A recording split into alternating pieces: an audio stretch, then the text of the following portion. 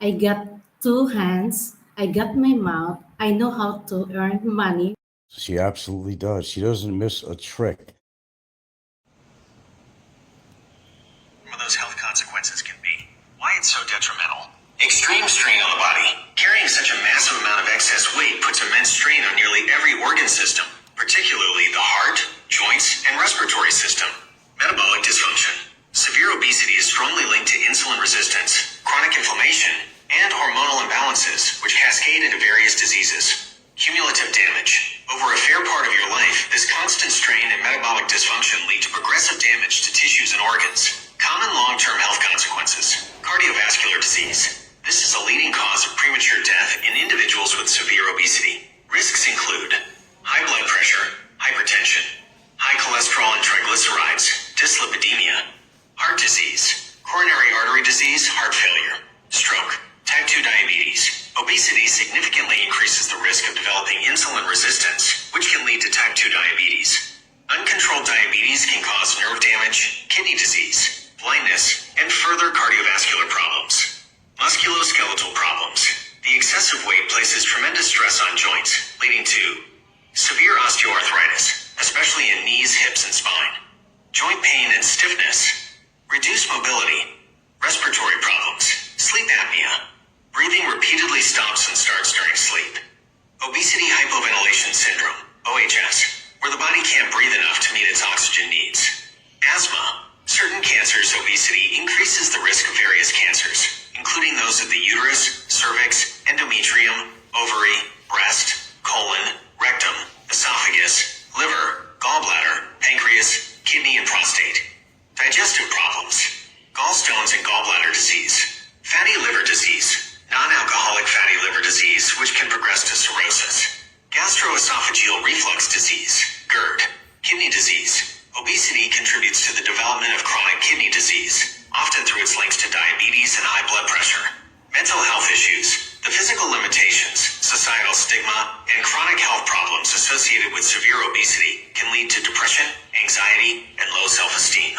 Reduced life expectancy. Studies indicate that severe obesity can shorten life expectancy by many years, sometimes up to 14 to 20 years. While individual health outcomes can vary, the overwhelming evidence shows that maintaining a weight of 500 pounds for a significant portion of one's life dramatically increases the risk of these severe and debilitating conditions. That's a truly remarkable achievement for your friend. While losing a significant amount of weight, even from 500 pounds, is a tremendous achievement and offers numerous health benefits. Weight, especially from a starting weight of 500 pounds, is a remarkable achievement and can have a profound impact on an individual's life. Here's a breakdown of what that journey might entail. Health risks at 500 pounds. Being 500 pounds, often categorized as extreme or morbid obesity, carries numerous severe health risks, including cardiovascular issues, high blood pressure, high cholesterol, heart disease, stroke, and increased strain on the heart. Metabolic disorders, type 2 diabetes, insulin resistance, and metabolic syndrome. Someone who has spent a good majority of their life being obese will likely face a higher risk of developing various health problems compared to someone who has maintained a healthy weight throughout their life, even if they later lose a significant amount of weight. While weight loss can dramatically improve many health conditions and reduce risk, to give you the most relevant information, I need a little more context. This is a very important and complex question. When someone has spent a significant portion of their life at 500 pounds and has now, at age 63, lost a substantial amount of weight to be in the 200.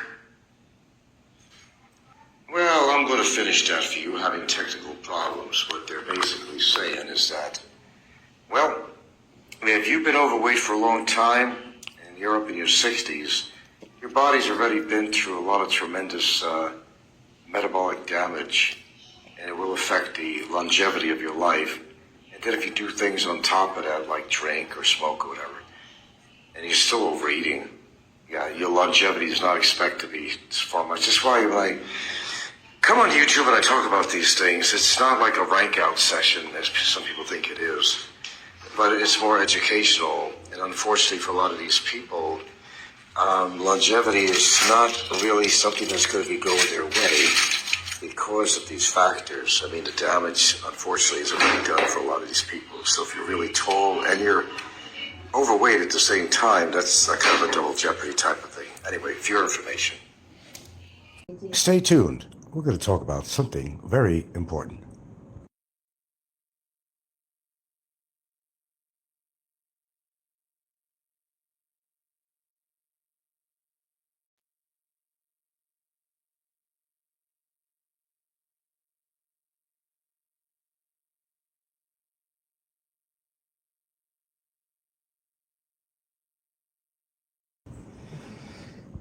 Shall we begin? I have an upload. You know how slow these things are. And it might take another half hour before the. So you have plenty to listen to tonight or whatever time of day it is in your region. If you just can't get enough of me.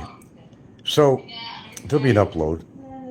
And it's from that chat thing, informational AI application. But it has to do with obesity and why I put it on. But I could definitely give you the highlights of that right now, but I want you to listen to this. If you happen to fit that description, that you've had past obesity issues, even if you lost a lot of weight after a lot of years of having extreme weight, some of the issues you could be facing now, even if you lost weight. Okay, so if you're in your 60s especially, well, there's going to be some factors involved as far as longevity. See, I take a different stance on YouTube here, and I examine the people on here that attack me all the time. And I say to myself, let them say what they want, whatever they want to do. Because the one thing I got above them, I don't have high blood pressure, I don't have diabetes. I'm a fairly good weight for my height, and I've never had obesity issues in my life. It's unfortunate that there's a lot of YouTubers out there that are suffering from obesity. Some have weighed as much as 500 pounds and may have lost a lot of weight, but I'd rather you kind of listen to this video. I don't want to say everything about it, but I think it's something that you need to listen to if you happen to fit these characteristics. And I'm taking my time to do some shows now because I think I know where I'm heading on this. I think, I'm not 100% for sure, it might be just a compromise. The compromise that I'm considering is just doing show, it's, for the first time ever, probably, to actually stick to that, where I do shows with his, no live interaction whatsoever. In other words, we're talking about uploads. And if I decide on that, that'll be a compromise. Because most of the successful shows that I see on here, they don't do live. They don't do live. And I've talked about this, religiously. They don't need to go live. And then also, if you set a time, when you're going to do your show, you're going to have more people listening. So if you have anything worthwhile to say, then you do an upload. You got something you want to show, then you do an upload. The extreme stuff of doing multiple shows per day is not only absurd, it's ridiculous, it's time consuming, and could even get boring to me, and could even get boring to my audience. So, we're not looking for anything on here. Our hand is not out for money. I can get, buy me a coffee, I could do all this different applications on here, but that's not been my goal. And the funny thing is, even in just a few days or something, I wasn't doing anything really on YouTube, I noticed my subscribership has increased. Isn't that kind of weird? Yeah. So I'm going to try to be as kind as I possibly can and say that if you've been on the attack of me for a long time, I'm kicked back on it. Why am I kicked back? Because a lot of my attackers are obese by every measure. And if they spent a good part of their life obese, their longevity is not going to be very long. And these people know who they are. Don't have to put names on here. You know who you are. The ultimate sacrifice is always made at some point in time where they will cease to exist anymore. Never be a problem to me again. That's why I take kind of a laid-back look on some of the attacks on here, the innuendos or shows and comments they do about me, because I know that a lot of these people are not in the best health in the world. I must say, have been fairly fortunate. I don't know of any, I don't really know of any life-threatening illnesses that I have. I mean, I do periodically take blood tests and ultrasounds and things like that. I could always get, Kidney stones again, that's a possibility. Smoking, long-term effects. I mean, that could hit me anytime. You just never know. I weigh my options. I mean, it's there. I mean, there's shit could happen at any age. But I am turning, yeah, 71. A few days. I think I've done a pretty good job. I don't know what you all think, but I don't know. I could go in the next 3 seconds. I mean, you just don't really know. But let's go with the things that we do know. And do listen to that upload. I think it's going to take a half hour before it's out there. But do take the time. There might be about, I don't know, 10 minutes to listen to on there. I don't think it's anything more than 10 minutes. But if you fall into that, that category of being overweight, you don't have to be grossly obese either. Okay, you don't have to be, but more so if you are more grossly obese, then you have a lot of concerns. And the unfortunate thing about this is that nature kind of plays a game with you. Okay, you've been grossly obese for a good part of your life, you lost all the weight, and that's fantastic. It'll help you.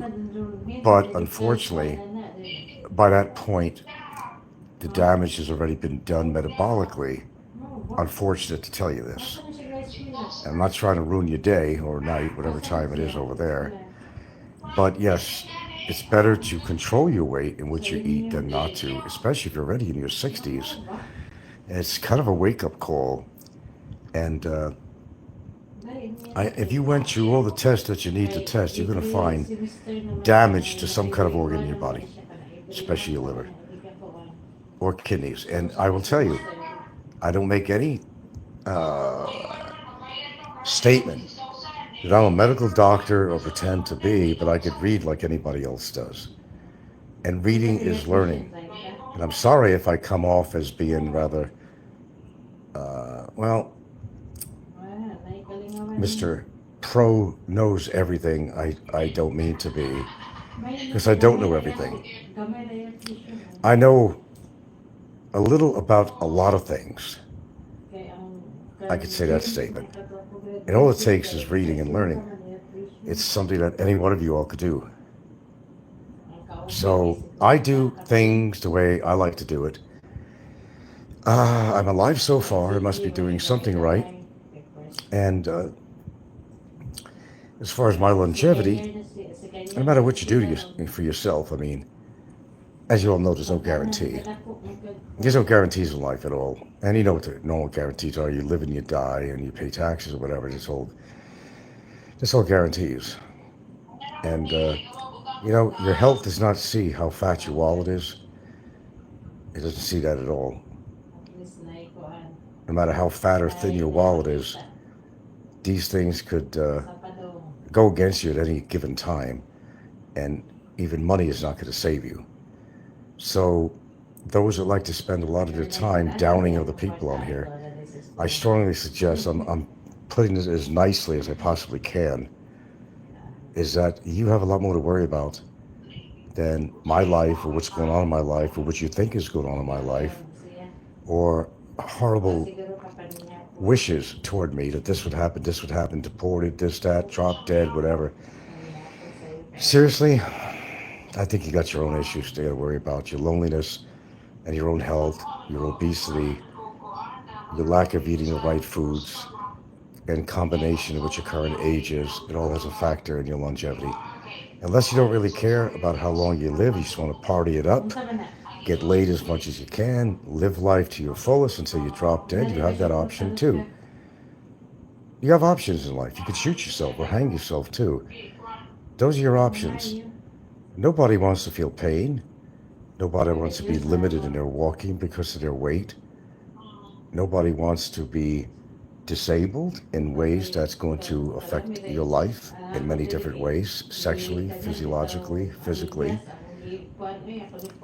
It's really up to the individual what they want to do with their life. You can party hardy and have harems and, put the carrot out in front of the window, whatever you want to do. But life's a bitch sometimes. It catches up on you. And we've lost a lot of YouTubers on here, if you think about it. We've lost a lot of them. Maybe some weren't as popular as some, but there's been a pretty good loss on here, hasn't there been? And there was always some underlying condition that they had is why they passed away. There was always a reason. Death doesn't just happen. Your organs wear out for different reasons. You drink, you're too fat, too much strain on your heart, you know. And for those that live under the impression that, hey, I'm healthy. I went for some tests and I don't know, what's your weight? Are you way over your body mass index? That's going to make all the difference in the world. Any blood test they can tell you.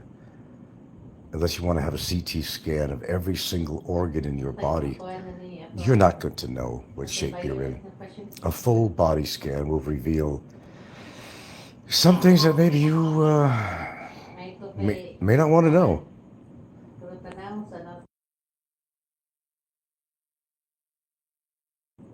But it might be good to find out, just for your own knowledge. That's why I kind of take these things in stride on YouTube here. Because of that fact that I don't pretend I'm going to be living to be 85 years old or something. I just take day by day, but I at least feel a little better about myself, maybe a lot better. That I know that maybe I do consider a good part of my nutrition, not perfect, but my nutrition, I think for the most part is fairly healthy. And then, of course, adding supplementation and stuff and kind of charged up your immune system with a lot of things that are called antioxidants that go after oxidative stress and all that. Things that happen to your body that kill cells and so forth. And even in consideration of one bad habit, I think I've been doing pretty good. And I hope that continues. I really do. I'm not in any rush to go anywhere. And I still feel I have a lot to live for. And I certainly do. And she's talking to a friend right now on the phone, and she's one of the big reasons I have to live and to stay alive and to at least do certain good things for myself amongst any bad. Can't say you could balance it out necessarily. Maybe you could, but it's better than doing nothing at all. So I'm kind of laid back. I've always actually been. I had my moments, but I'm laid back with a lot of the insults on here on me. And as I said, my birthday's coming up, and as far as I'm concerned, I've already turned. It's only a matter of a couple of days. So for some reason I don't make it to my actual birthday. Well, I don't know. I made it this far. Just crank me up another year. So I'm there as far as I'm concerned. Not officially, but yeah. A couple of days ain't going to make a goddamn difference as far as I see. I do plan to be around as long as I can, and I will continue to do the things I'm doing because so far it's worked for me. It may not work for you, but it seems to work for me. So, in summary, I'm just trying to say that, I'm not going to make fun of somebody who passes away because I know in my heart of all hearts, I mean, I've done shows that try to help people, whether they're trolls or not, with information that I learn along the way, and I don't make money on this. I don't have to talk about these issues at all. I mean, it's my prerogative to do that or not.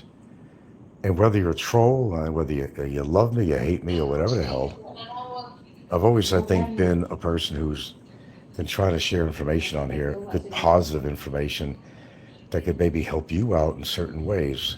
You don't have to be a doctor to have knowledge. Keep that in mind. I think you have a responsibility to yourself. I don't have a responsibility for you.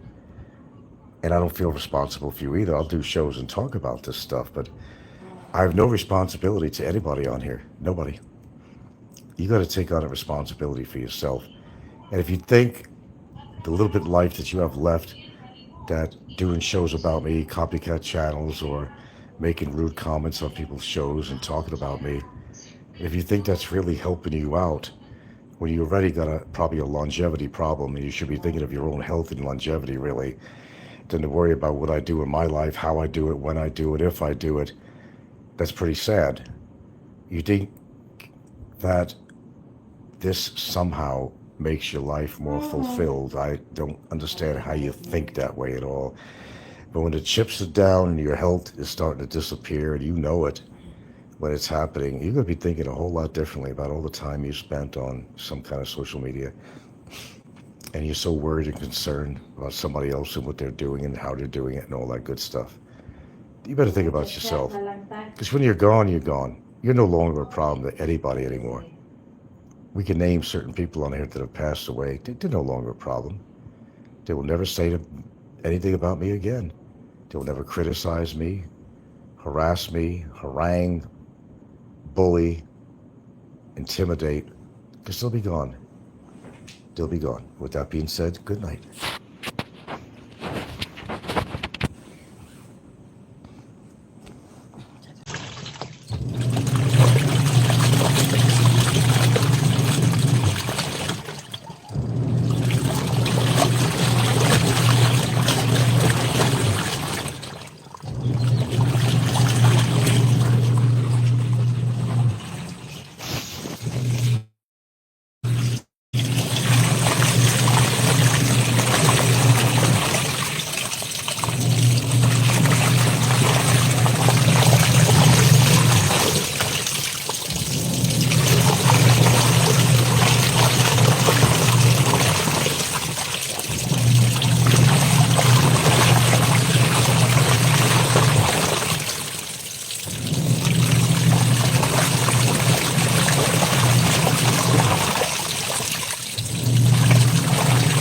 It all comes out in the wash.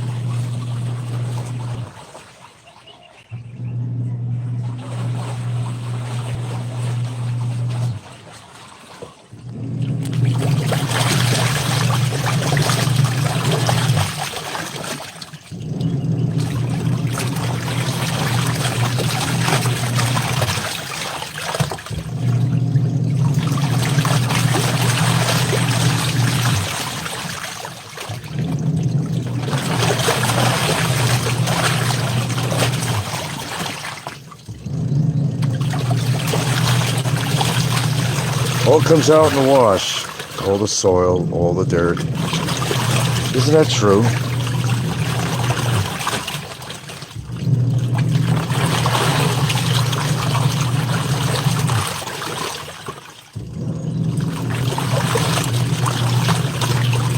All comes out in the wash. Anyway, good morning, folks. I woke up in love this morning. I woke up in love this morning. I woke up with you on my mind. Rest in peace, David Cassidy. Rest in peace to all the souls that have departed us. We wish you well in your hopeful afterlife. Let's do things on a positive note here. Well, after we get through a few other things. Poor Kevin. A very embarrassing show he did last night. I guess he was drunk. God, some things don't change. I don't know. Some things will never change. First of all, it was a very irritating show with that music in the background all the time. He was trying his hardest to try to be coherent. Shall I use that word? I don't know. Coherent. Big Kevin being coherent. I don't know. It's not a rank out section for Kevin. He tries. Hope you listened, Kevin, to that former broadcast about, weight problems and stuff like that. Kevin, I take every word you say about me in stride. Because I know the inevitable with people like yourself. You got a little clock there that's ticking. I mean, we all do. We all do. But you especially. So have your little rank out Frankie sessions. You know, the clock is ticking. Big cabin. Clock is ticking away. I think one day they're going to find you dead in your apartment. Nobody's going to know about it. Sad but true. I think there's payment for everything in life is what I'm thinking. Yeah, for many. Anyway, good morning. Hey, I woke up in love this morning. I woke up with you on my mind. It seems my numbers are going up on here as far as my subs. What's going on with that? Kind of weird. No, I'm not buying subs. I have no reason to buy subs. Anyway, that was an embarrassing show last night, Kevin. I don't know why you even kept it up. Who's this girl on there kissing your ass?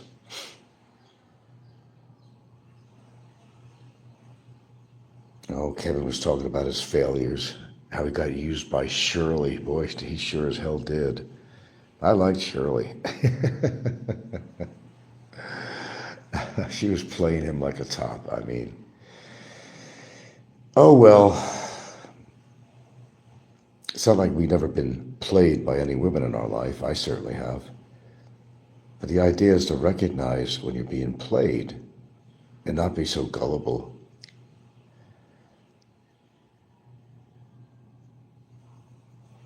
My last day sort of kind of being current age. I have to take a picture of me today, then take a picture of me tomorrow and see if there's any difference. Overnight, you change age. All right. Any difference? I don't think there would be. We got a kind of an overcast morning here. It's rather cool. And we're having I think an early monsoon season. I don't know, an early wet season, I think. But as I said, I don't mind the rain. It just kind of cleans things up and it kind of cools things down a little bit too. Oh, those cats. I keep on saying that I don't want to feed them anymore, leftovers and stuff, but I always wind up doing it. You know, because I have a heart. I have a heart. I have compassion. A lot of people just don't have that or can't share that. It's a shame. I do have that going for me, I must say.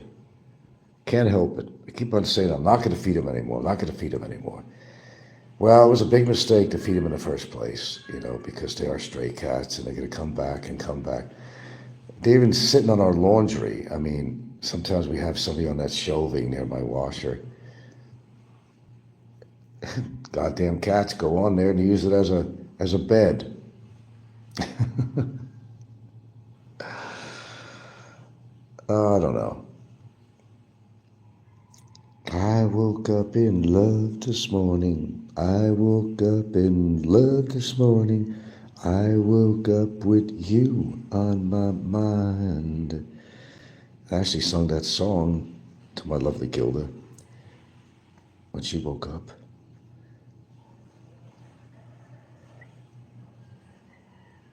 Oh, the real love is she grabs my hand and holds my hand this morning when she got up. Little things like that, you know, make a big difference. That's when you know when you got something special, you know. She sees me getting older. She's not blind, you know. She's not dumb and stupid. She sees me getting older. Like anything else, you know, time is limited on this earth. Well, for all of us, no matter what age you are, but she knows it. You got to understand these Relationships that expats get into with these Filipinos, there's usually always an age difference, and sometimes there's a really grandiose age difference, age gap. Well, you got into the relationship knowing that. She's got into the relationship knowing that.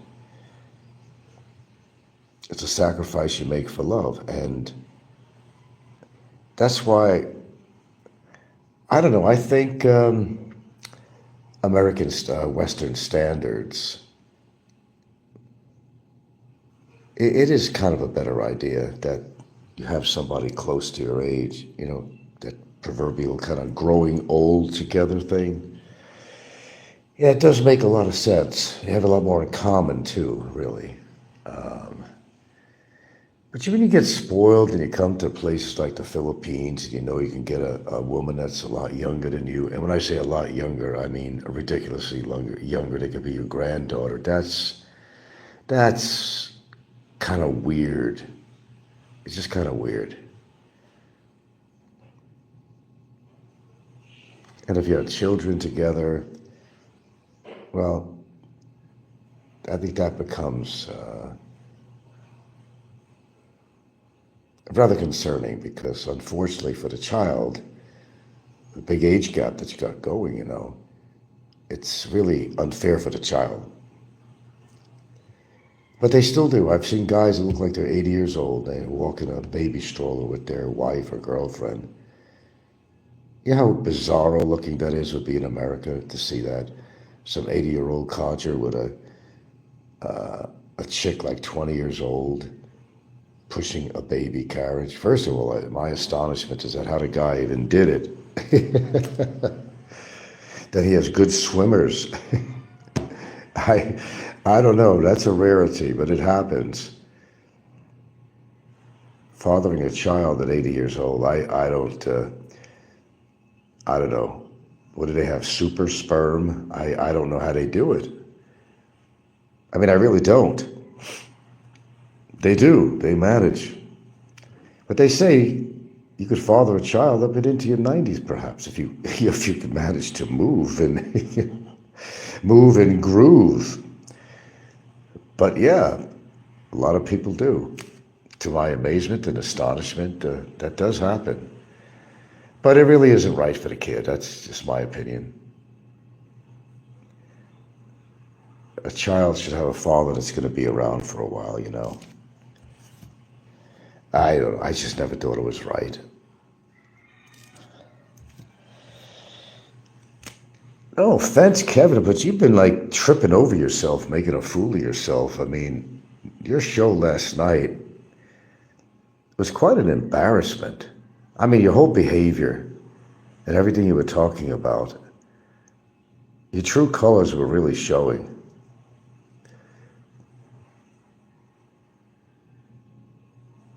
You didn't even know what the hell to talk about.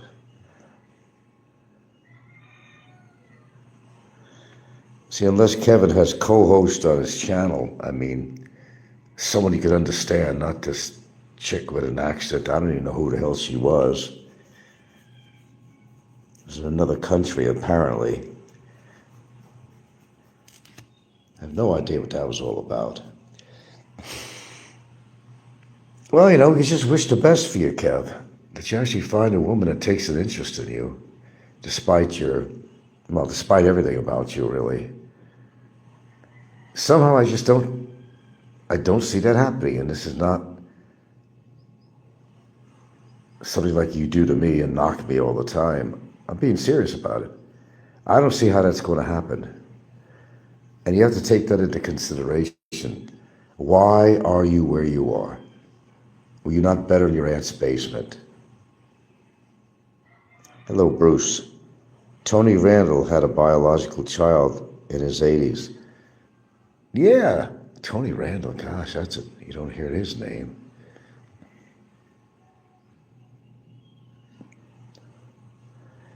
And the funny thing was, we were talking about weight and all that shit. A lot of these big-time wrestlers, the guys that were just really huge inside, all died at an early age of some heart disease. I just happened to stumble across something last night, and it seems like all these people who were kind of extra large in size, they just did not, time was not on their side. I mean, I don't know, I guess from all the reading I've done, it seems that if you're extra big in height in combination with a lot of weight, it seems that time is not on your side. And the very interesting facts that I dug up is that if you had obesity problems, a good portion of your life, and even if you lost weight, the damage is already done. So believe me, Kevin, I don't take anything you say seriously. And I'm just laughing at you.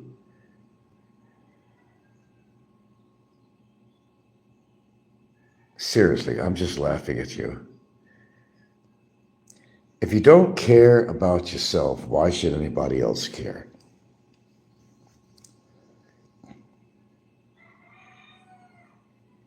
People live a lot of haphazard lives.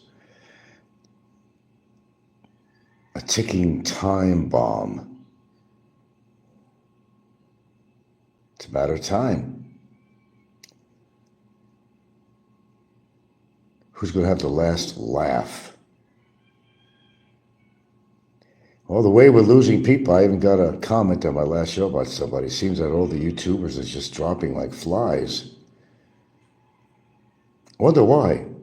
Well, let's examine it. What do they have in common? You figure it out. Without going into a big speech, you figure it out.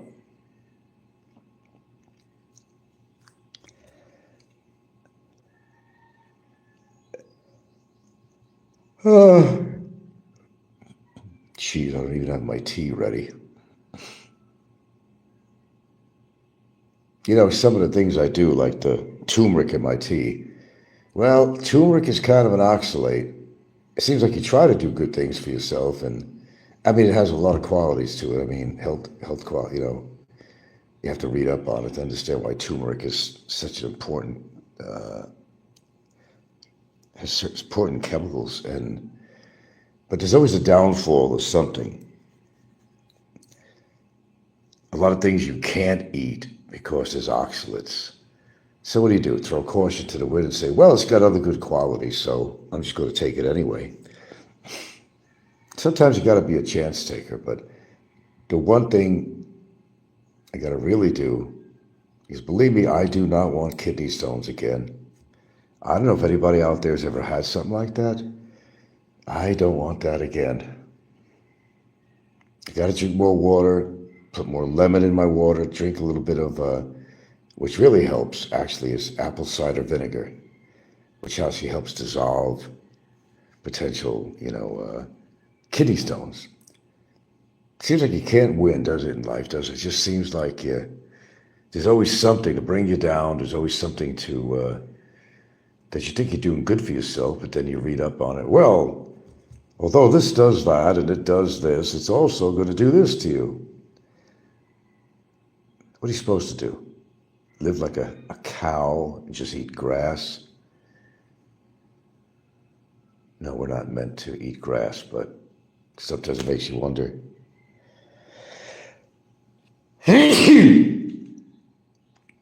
Pardon me. We're in the wind down, folks. We're in the wind down here.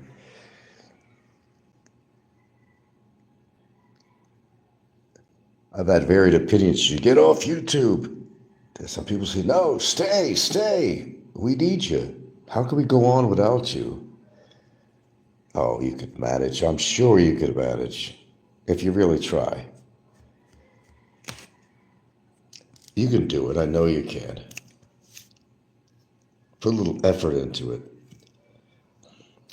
I tried listening to a Big K stream last week. Had to stop after 15 minutes. It was really painful.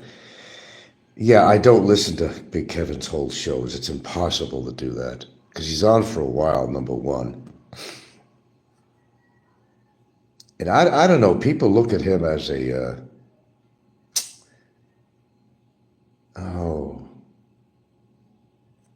the right word. Not a phenom, but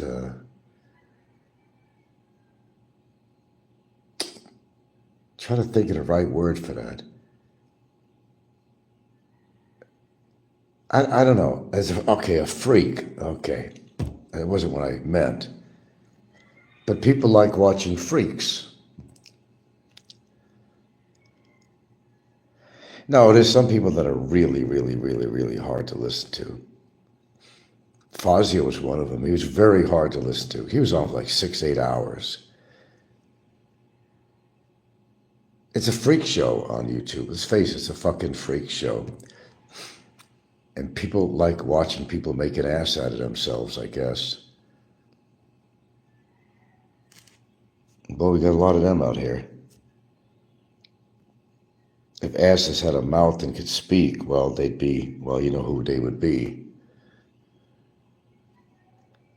A lot of people have gotten off YouTube, though, in the past. I can't name all the names. A lot of people disappeared. Some, died. Now what? What is the word? Flying Circus had a stroke. I don't know. It's happening, folks. It's happening. It's happening.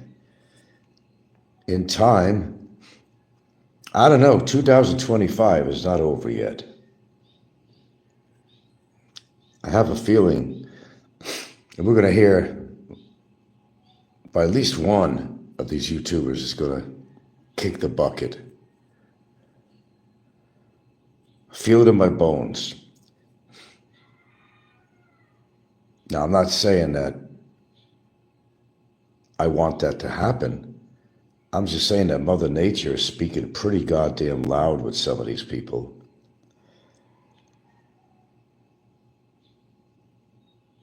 Karma, nature, they all lose in the end. People need to do good shows, peaceful shows, user-friendly, family-friendly. Not much of those. But I think a lot of these well-known YouTubers you're familiar with, I think their time is coming.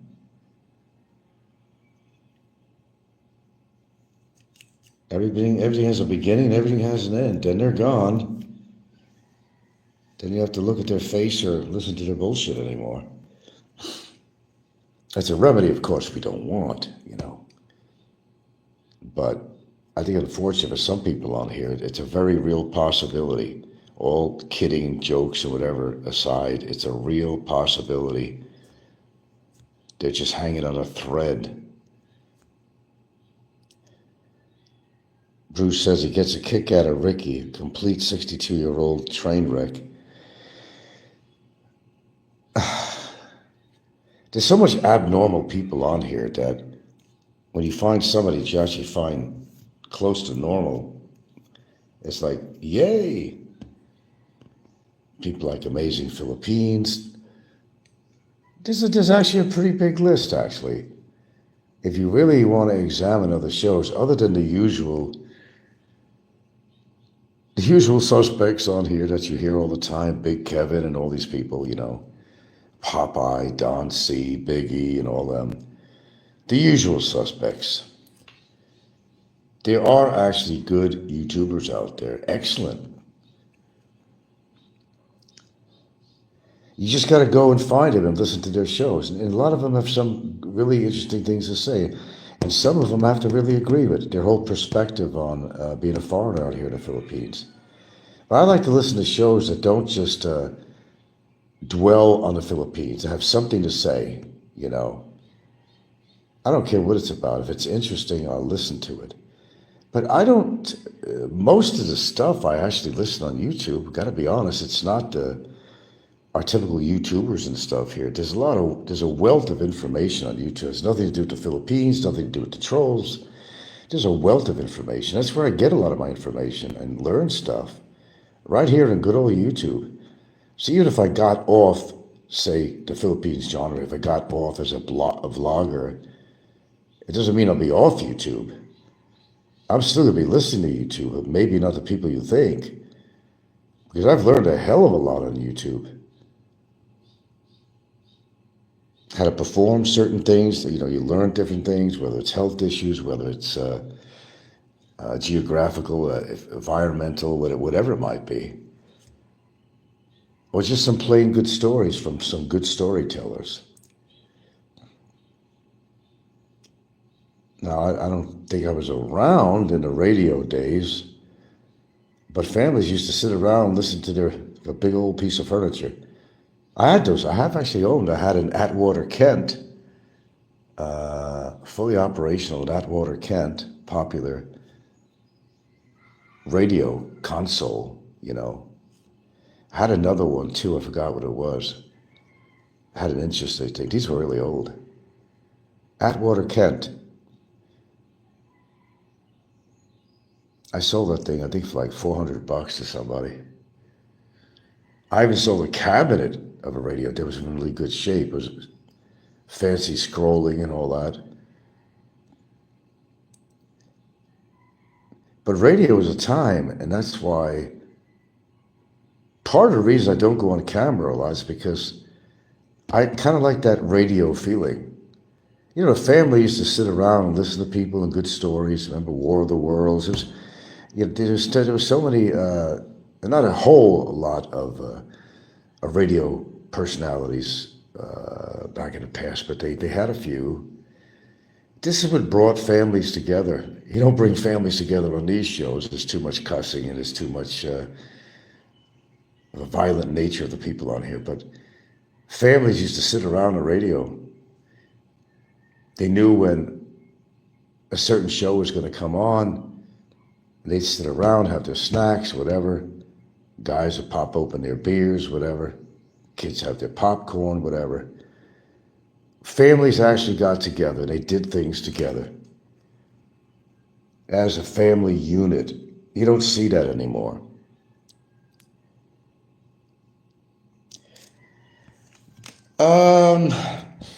I don't want to mention any because I don't want their channel to get destroyed. If people know that I would listen to them, you know, they'd be right over there causing trouble or something. There's a lot. I mean, there's so much on YouTube.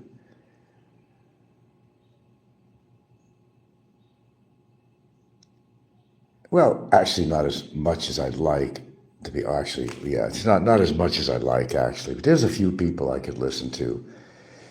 But as I said, no matter how good they are to listen to, when they start getting into this rinse and repeat shit, you know, when they're talking about the same old shit over and over again, that's when I just get uncomfortable and I don't watch them anymore. Unfortunately, that's what pretty much everybody on here that's popular or has a good number of subscribers. It's hard to listen to them when they look. You already talked about this Paul or whoever. It's just the redundancy is overwhelming on here, and that's another reason too. Who knows? The shadow knows. Yeah, it was great shit. I mean, people weren't as complicated back then. Even dry humor was good humor back then, you know. They had vaudeville. That was the driest humor you could ever fucking have as compared to we look at as comedy today. I mean, there's no comparison. It was a different type of humor. The vaudeville stage shows and stuff like that. So different. I don't know, I guess I'd call it a dry humor. But people got off on that shit. People just need to be entertained. That's just in the nature of people. They want to get away from their humdrum lives and listen to something that's entertaining and get their mind off other shit, bad stuff or boringness or whatever, you know. I woke up in love this morning. Right, girls? Gingerbread. Right, girls? Right, girls? Right? Right? Yeah. Yeah, there we go.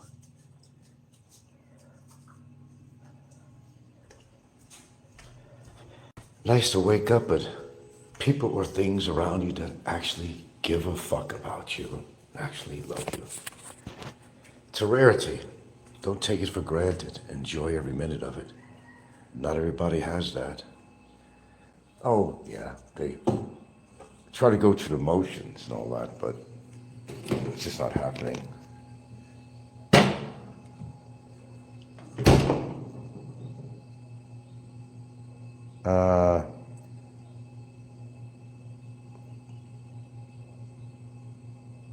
Yeah, those are tiles, actually. It's not wood.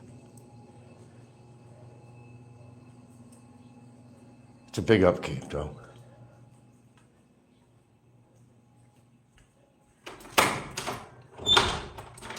Okay. All right, where was I? I get off track sometimes. Concentrated on making their lives a little better and have a more positive attitude in life. That's what gets you by in life, having a positive attitude. When you're bitching and complaining about everybody all the time, it kind of stains your soul. Funny about life, you hear those birds in the background and you hear roosters and all that. Well, you know what? When you're gone, those birds that are chirping, the roosters that are going off, they're still going to be doing that. See, the world doesn't stop when you pass on. The world continues. As the world turns, the world continues without you. People still get up in the morning, have breakfast, take a shit, take a shave, whatever they're doing. They go to stores, they go on with their life, they go to the beaches, they'll do whatever they do, travel. The world does not stop when you're gone. The world goes on as if you never existed. That's just a fact. But if you're really loved by somebody, they will think about you and they will miss you. And it's nice if you have to go, it's really nice to go loved rather than being lonely. The big difference. It's unfortunate there's a lot of people in these old folks' homes, convalescent center, whatever, senior homes that a lot of their family has passed on, their friends have died, family has died, and they have no family at all to see them off into their next adventure, if there is one. I think that's sad. Just like I think it's sad that you have a lot of YouTubers on here too that maybe they're not sitting in an old folks' home waiting to die or a hospice, but it might as well be because they don't have somebody to love them. You shouldn't leave the world you should never leave the world alone. I feel sorry for a lot of people who've lived alone and they die in their own homes. Nobody even know they died. And they just rot in the house. It's sad, but this goes on every day. It happens all the time. This crazy love of mine. I'm grateful for a lot of things, really. If I really sit down and I really give it thought, and I do sometimes, I get pretty philosophical on my show, that's me thinking out loud. It's actually me thinking out loud, and I'm sharing it with my audience.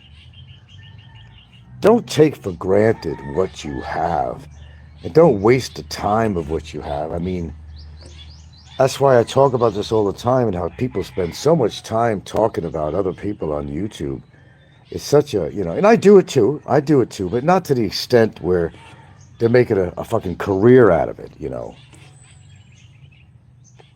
But sometimes that's all people got, in the case of great cases, Fazio. I mean, he was like probably one of the top lists of lonely YouTubers that died a very lonely life. Nobody was at his bedside. I think Daisy May was out there out of respect to come visit him, but he had already passed away. To die alone. I don't mean in a goddamn hospital or hospice. I mean, that's cold. You'd rather die at home with a loved one at your side than die in a cold uncaring hospital or hospice or something. It's not the way to go.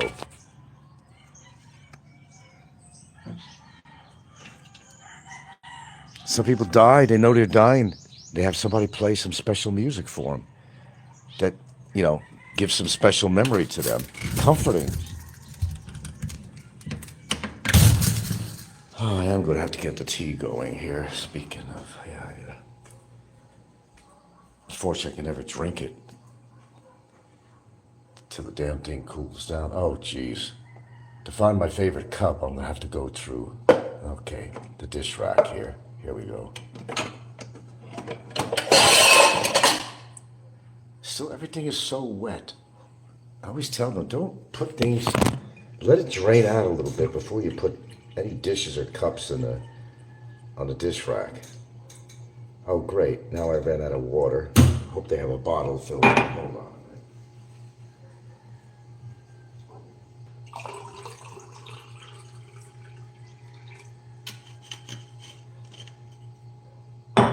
A lot of people get used to my little routine. It becomes theirs to listen to me in the morning. I'm pretty ritualistic for the most part, I'd say.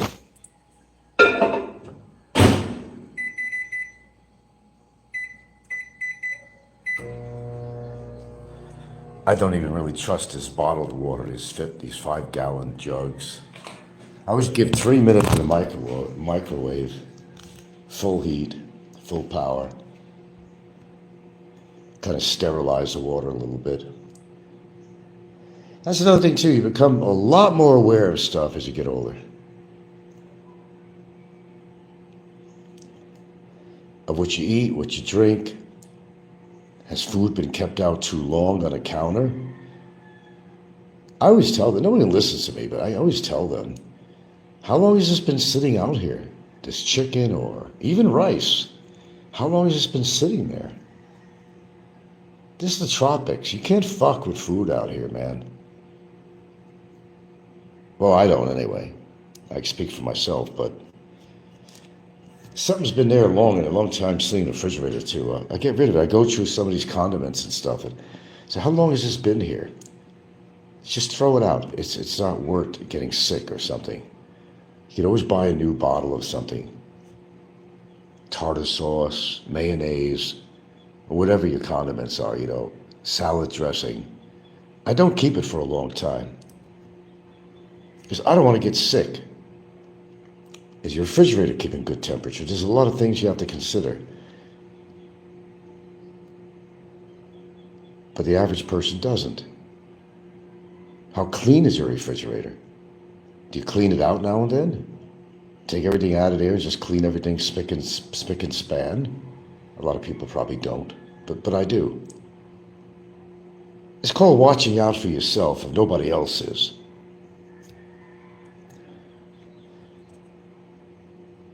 I want to get back to Kevin, and I really don't want to have to concentrate on somebody here. Kevin, understand something. Your display of yourself is really pitiful. And I'm not trying to do what you do all the time. You can't do one show without talking about me, because you just will not get the audience. You don't know what to talk about, Kevin Hankinson. You don't know anything you want to talk about. You drive your show talking about me. Well, life is just going by. And you are on a time clock, bud. I mean, we all are, but you are on a time clock. There's no doubt about that. You're on a definite time clock. Why don't you make good use of your time? So what?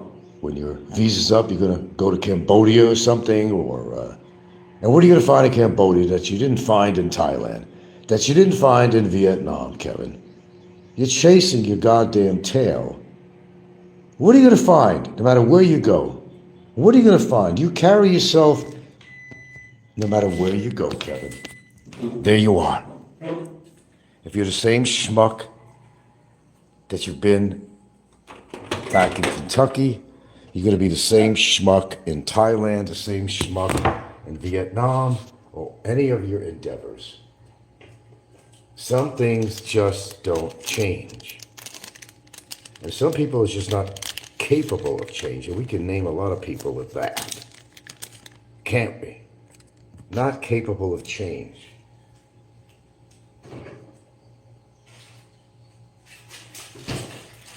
Our good friend Barry is incapable of change, and look where he's at. Look where he's been spending the past several years. As a prime example on here. I'm going to put some lemon in this puppy, I think, here. He's a prime example of someone who can't change for the positive. And look where he is. No, I don't want to hear this shit. You put him there. For the most part, he put himself there. Let's just face the reality of it. Oh, God, squeeze a lemon. Of course, all the seeds come out. I didn't strain this puppy. Okay. Ah,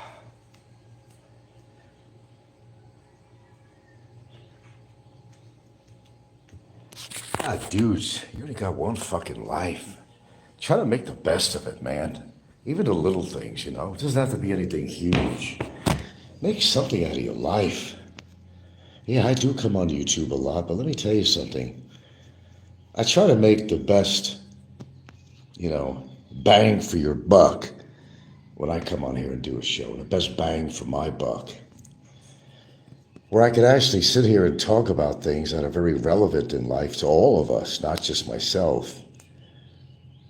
And listen to all this gibberish that goes on here. Who's concerned about what somebody else is doing or not doing, or this envy and jealousy that's going on here it's insane. It's absolutely insane.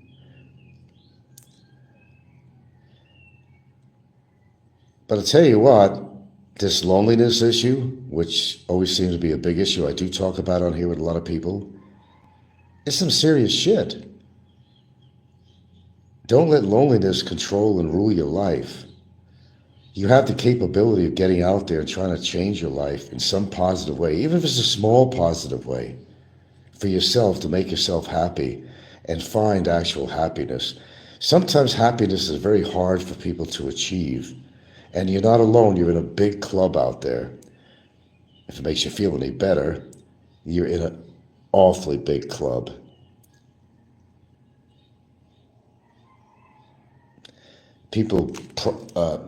Kevin prides himself that sometimes he'll get a bunch of viewers. But why are they tuning into him is the question. Has anybody else who's a troll on here that has a regular show? Why are they tuning in? Examine why they're tuning in. It's a train wreck thing. We always talk about train wrecks because it's true. These shows are train wrecks. Barry's show is a complete train wreck. Popeye's show is always a train wreck. Kevin's show is a complete train wreck. He's playing music in the background like there's a party going on, that his life is exciting. So he puts music on in the background. He was drinking. It was obvious he was drinking. I know Kevin's personality. I know his demeanor. Trying to make his show exciting, but talking about me. If that's all you got in your life is me, Kevin, seriously, to drive your show and your personal life, and you went wrong somewhere along the way, dude. Well, you went wrong a long way down the line. You were always into trouble all your life. And by the way, you looked interesting with hair on your head. How did you lose it? Why is that another common denominator? What the fuck is going on here? I did a show all about that. How many people are obese and bald? Even at Mike's Philippines retirement, he's always wearing a cap on his head. They're all hiding their bald heads. What is this thing going on with baldness with these expats? What the fuck? There is a common denominator on it. It's extraordinary. I got to be thankful for a few things. I don't think I'm ever going to be losing my hair. If I could grow so fast and thick, I get a haircut and 2 weeks later, I got to get another haircut in 2 weeks. My nails grow fast. Guess life and cell mitosis still goes on in my body, apparently. Hope it continues. No, I wouldn't look good bald. No, I just don't have that face for baldness. Even The Rock. Did you ever see The Rock with hair? A completely different looking dude. Completely different. They have pictures of him with hair when he was younger. Completely different looking. At this point, I couldn't picture Kevin with hair or Barry with hair.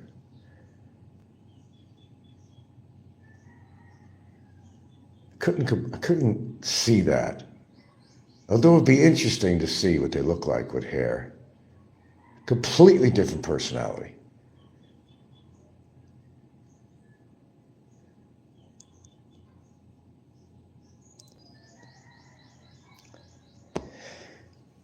So I'll say whatever I have to say more about our friend Kevin Hankinson. Kevin, you got to change things up somehow, dude. You really do. We're all witnesses. We're observing your behavior on here. It's not normal behavior. But then again, it's not every day you get a bolo knife in your brain. I think a lot of us understand this to a certain point, But it hasn't been working out for you as a YouTube personality in that respect. They come on there to laugh at you, Kevin. That's all they do. Then again, you don't say much unless nobody's on your panel anyway. But when you do speak, it's and I don't mean to jump on your case. You do sound like mentally challenged, Down syndrome or something. But then again, blame it on the bolo knife, or let's go beyond that. Blame it on yourself, because as I said, nobody gets a bolo knife in their fucking brain for nothing. With that being said, on Kevin, change things up a little bit. Find something to talk about. I know you don't have the intellect as I do, and maybe some others on here, but if you find some kind of other topic matter other than myself, prove to people that you could carry on a show without talking about me. That you have the ability to keep people interested in watching, not because they're, it's a freak show they're watching. This fat-looking, bald-headed booby running his mouth. Oh, yeah, you've been pushing it on the Gilda thing with that little... Can you believe that this is what the guy brought to him when he moved out of the country? Was that little horse head thing, pogo stick, whatever you call that damn thing? Shows his mentality.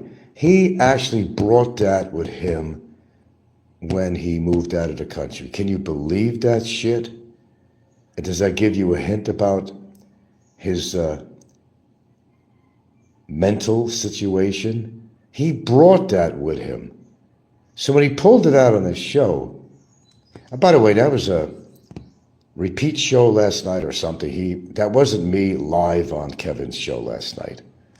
That was recorded a long time ago.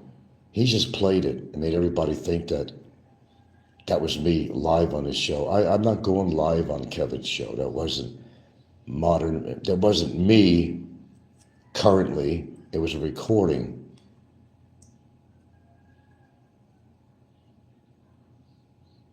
Just to let you know, if you haven't figured it out for yourself. Anyway, I'm not going to be on here too long. We don't got too much dialogue. And when I don't have too much dialogue, then I get bored. But summarize it by saying, Kevin, get your life together, man. Seriously speaking.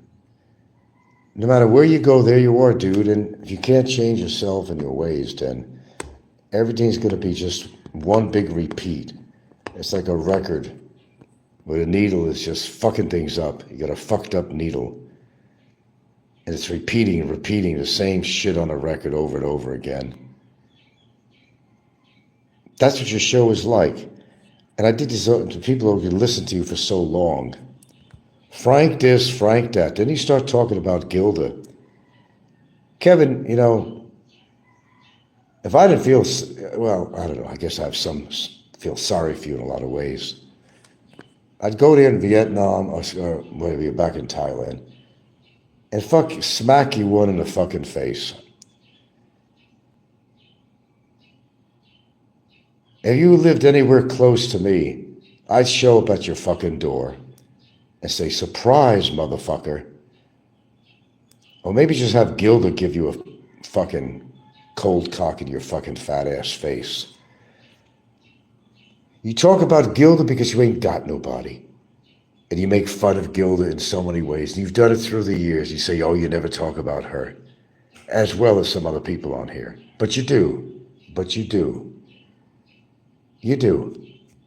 And you don't know me, Kevin. You think you know me. You live closer, I'd show up at your fucking door. No matter what happens. Maybe just let her give you a kick in the nuts or something. I get pleasure out of watching that. And while you keel over, she can give you a nice little uppercut and end it for you. And if she don't want to do it, I just do it. For a good laugh. Sometimes your mouth can get you into trouble, Kevin, and other people. Sometimes it could. We got a great example. We know of a great example, don't we? Well, we sure do. But you run your mouth, Kevin. But you know what? No matter what you say about me, it all goes back to the same thing I've been talking about the past couple of days. Your time is limited on this earth, dude. I know that. And if you don't know that, you better be aware of it. It's a matter of time that you're not going to be around to throw any insults to me. You'll be history in the minds of most people after a while. You already done damage to your body. I don't have to lift a finger to do anything to you, Kevin. Nature is going to speak very loud. It's just a matter of time. It's too bad it's going to happen in a foreign country where you don't have your family. And you're not going to spend money in a hospital for something. No, let somebody else pay it for you, right, Kevin Hankinson? Let somebody else pay everything for you. And don't kid yourself, people. Kevin has some money. You know, with the sources were he's got some money. He just doesn't want to spend it. Well, it's logical. Like they say, if you want to start a business, don't use your own money. Use somebody else's money to start a business. Well, Kevin kind of goes along those roads where he figures, why should I have to spend my money on drinks for women when I got people donate to my channel? Let them buy my woman drinks, or not your woman. You don't have a woman. Barry used the same philosophy. He was broke, truly broke in his case. But why spend the little money that he makes, as little that he made every month on Social Security, when he could have somebody else buy his booze and cigarettes and whatever? Clever. And people fall for this all the time. Now, see, if this was a big drama show, I'd have 45 people in here. And the only reason they come to Kevin's show, again, it's a freak show. It's a train wreck. And people love train wrecks. I don't know why, but they love train wrecks. That's why they come to Kevin's show. Because they know that all the trolls are going to show up on there.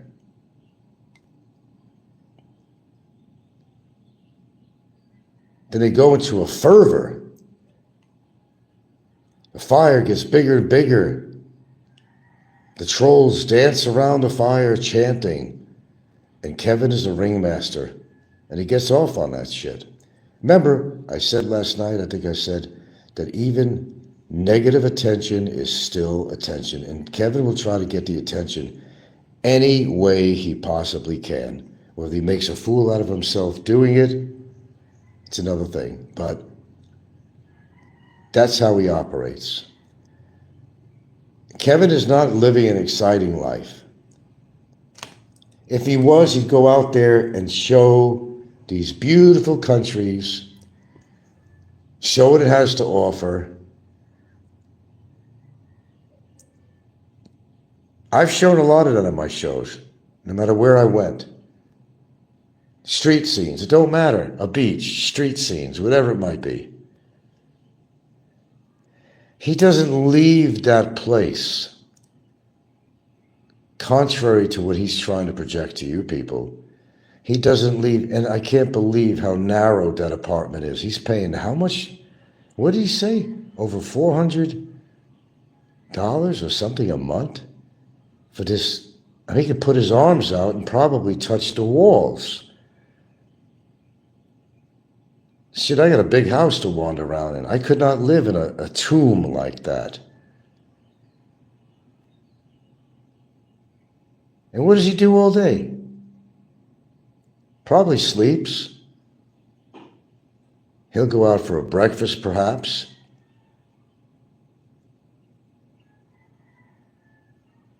Nighttime is when he probably comes out, brings his money, hopefully that he earned from his YouTubers. In order to get company, he's going to have to buy a woman a drink. I say, fuck that shit. I wouldn't need companionship that much to have to go buy these chicks drinks. Why should I buy them? Who the fuck are they? I got to buy them drinks. Are they special to me? Are they genuine girlfriends? They're not. Fuck that shit, buy them a drink. Let them buy their own fucking drink. That's the only reason they could be sitting with Big Kev is to buy them a drink. If I was a chick working in an establishment like that, that's how you do it. They get these sorrowful expats to make the owner of the place richer. You know the guy's going to buy her a drink. Then he'll buy a drink for himself. So the owner of the bar now got a sale of liquor that he bought for the woman that you bought for yourself. And that's how they thrive in these bars. The expats make them a lot of money. Just throw some chick in there, get her to sit down with you, and the average sap is going to say, oh, this is cool. Hey, can I buy you a drink? Sure, honey. Throw in some chocolate and nylons while you're at it. Sure, I'll have to do that. Mr. Loser, sorry, I've been reading my comments here.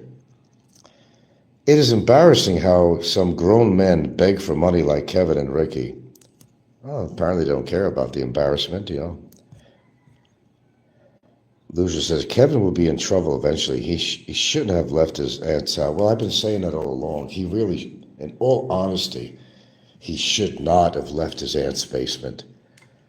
He was more protective there to the hospitals and everything else and coverage for a hospital visit or whatever may happen. Yeah, it wasn't a good idea for Kevin to travel to another country. Because he's still alone. Nothing has changed. He's still playing with his toys. God, life is so goddamn precious and short, especially for him. This is what he wants to do. That's his gig. I understand that, man. But life is too precious to do what he's doing, man. I at least wake up to a family here. Call it what you want. It's your family. It's your blood family. It's my family, man. It's what it is. It's exactly what it is. That's something you can't change. It's one thing you can't change. Yeah, it is my family. There's no question about it. But living the life that, oh man, living the life that Kevin is living, not just Kevin, there's other people too. I'm not going to just single him out. I couldn't do that, man. I couldn't. It might be easy for some people to do, but I just could not do that. I got to clean this table here. Because loneliness sucks. And believe me, I know a lot about loneliness. I certainly have had my moments in my life where I was excruciatingly lonely.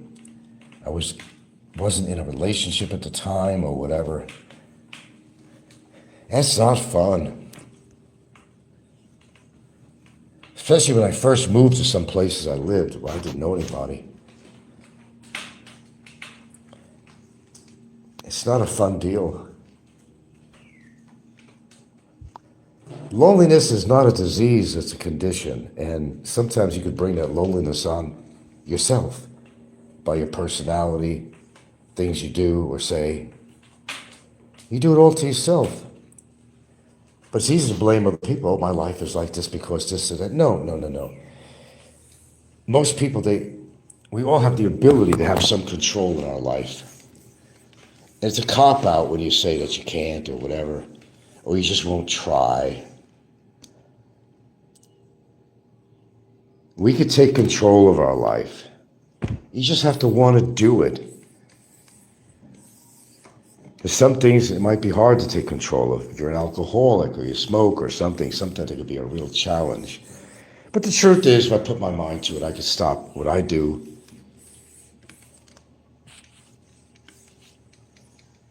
Not that it's not difficult. It is difficult. That's part of the problem. I think other than what your consuming habits are, well, I don't know. I think that if you really try, you can make anything happen. And it applies to me, it applies to just everybody. I just can't see where you pick up and leave like Kevin did, and maybe his aunt said it's time to fly the nest, we've harbored you here long enough. But everything's catching up with him. God, look at Ricky. It's another prime example of your life being totally, totally out of control. I just couldn't live that way. End it already, it's like, if I had to spend the rest of my life the way these people are living their life, I'd surely be depressed. I mean, I would have such a depression I'd probably kill myself and get it over with.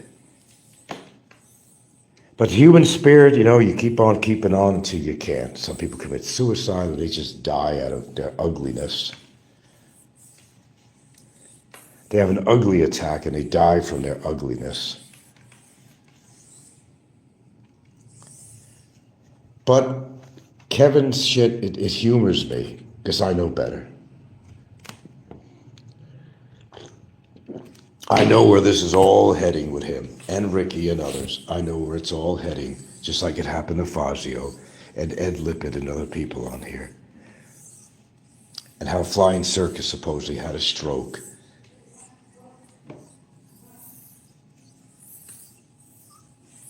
Life happens, and so does death, so does injury, so does sickness. And you don't always have control. What's this here?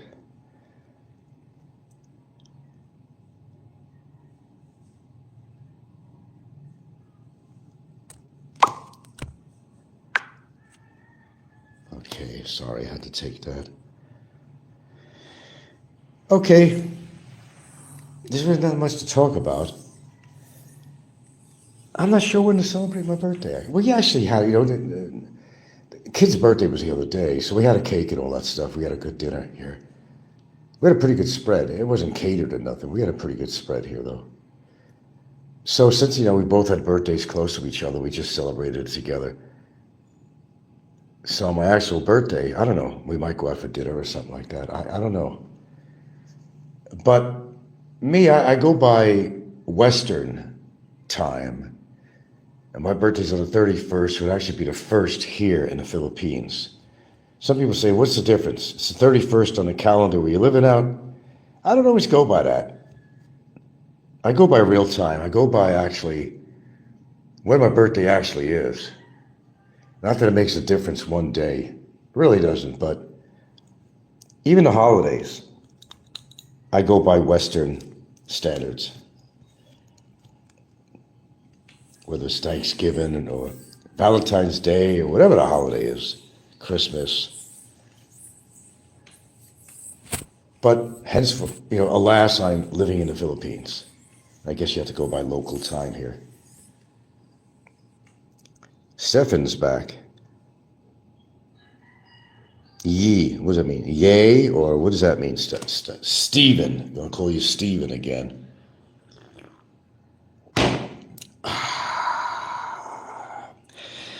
I woke up in love this morning. I woke up in love this morning. I woke up with you on my mind. No, not you, Kevin. This is in reference to my honey.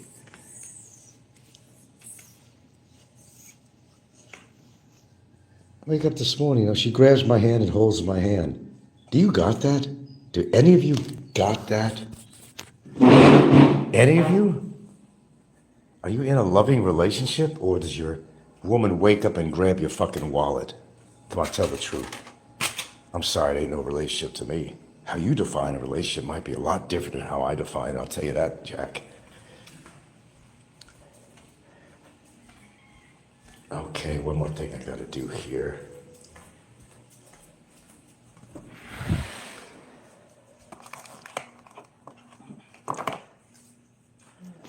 You know, honey, I woke up in love this morning. I woke up in love this morning. I woke up in with you on my mind. Ah, she touches my head. Ah, thank you, dear. Yeah. You show your love, don't you? In a lot of ways. A lot of ways. I can't help if people are jealous. I got Gilda as a girlfriend. 9.5 years, about 9.5 years. 9.5 years. Who has that track record on here? I could keep that track record. Now you're too busy chasing 20-year-olds, 16-year-olds, 14-year-olds, some of you. And you know who they are. Sad. Very sad. Very sad. Too sad, actually. Couldn't do that shit, man. Gotta have a conscience or something. I mean, bro, you gonna go touch some fucking underage chick like that, man? It doesn't underage. It doesn't have to be underage at all. But you know, look at your age, and then the kind of chicks you're dating. Come on, get real. Get fucking real. Love. A lot of people don't know what love really is. But I think you should be in love at least once in your life. It's better to have loved than to never loved at all, is the old saying. And that's true. But there's a lot of people who never found love in their life at all. And they're living a lonely existence like Kevin and people like himself and Popeye and other people. That's not living. That's not living at all. Life is short. These are the fucking dinosaurs were on the earth for 200 million years. The human species. What do we estimate? I don't know. A matter of how many million years? So we haven't been around for a long time, have we? Come on, quiet. All right. Think about that. And then we're given a life. Life expectancy 77, 80s, some people in 90s. That's just a speck of dust. Bacteria that live longer than that. Check Big Kevin's fucking underwear. You might find bacteria of that nature. How does he even wipe his ass appropriately? Well, he can't even reach back and wipe his own fucking ass. You got all that fecal matter that hangs around. And every time you fart, it's on your underwear too. Did you know that? Did you know that?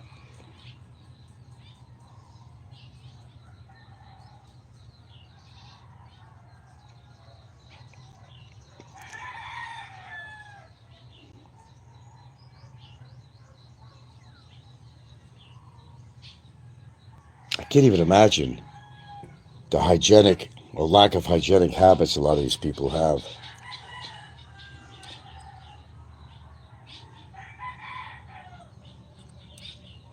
No, Kevin, your life is not exciting. We all know that.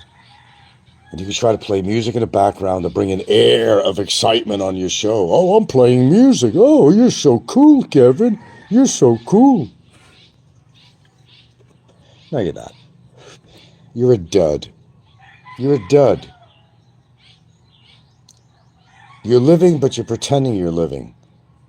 But that's not life in itself. I mean, you are alive, per se, but you're not alive. Because you got nobody.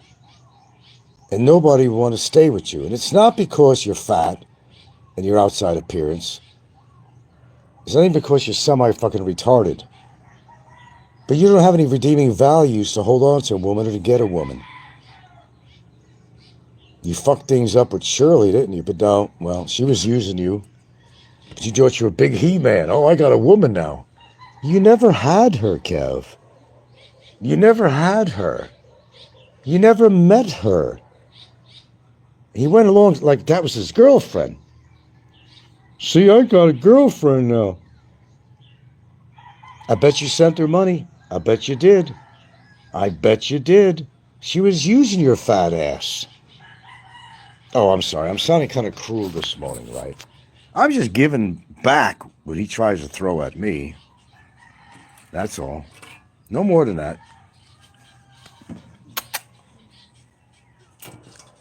Out. No more than that, Kev. But as I said, you can call me every name in a book, but I'm still living a better life than you, and that you ever will. That's reality. And every now and then, Kev, you need a little bit of a reality check. And if somebody has to remind you, I guess I'm here to do that. And I'll remind you every single time. You got to live life, Kevin. Don't pretend.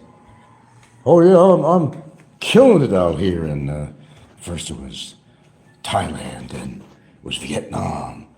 That didn't work out. The other place, he had to go to the other place. It still ain't working out for him. Why is that? Maybe it's you, Kevin. Maybe it's you. Do you ever think about that? Maybe it's you. Ever think about that? It's not always the woman. It's you. And yes, it is sad. And Ricky does the same fucking thing. It is sad when you have to go pay for your dates. Now, if you're out on an official date with somebody, yeah. If it's an actual date, you didn't just walk in a bar, you wanted company. If you actually had somebody you're meeting on a special date, yeah, you buy the chick a drink. It's kind of standard issue. Do you ever meet a woman that actually buys you a drink? Courteous women that don't feel that the world owes them something. Women have been trained that way in our society, unfortunately, but it is true. Valentine's, let's give an example, a good example. Valentine's Day has always seemed to be like a day for the woman, right? It's not just for the woman. How many times do you see, mine does, she'll acknowledge Valentine's Day with me, but a lot of women won't even do that. Selfish. It's my day.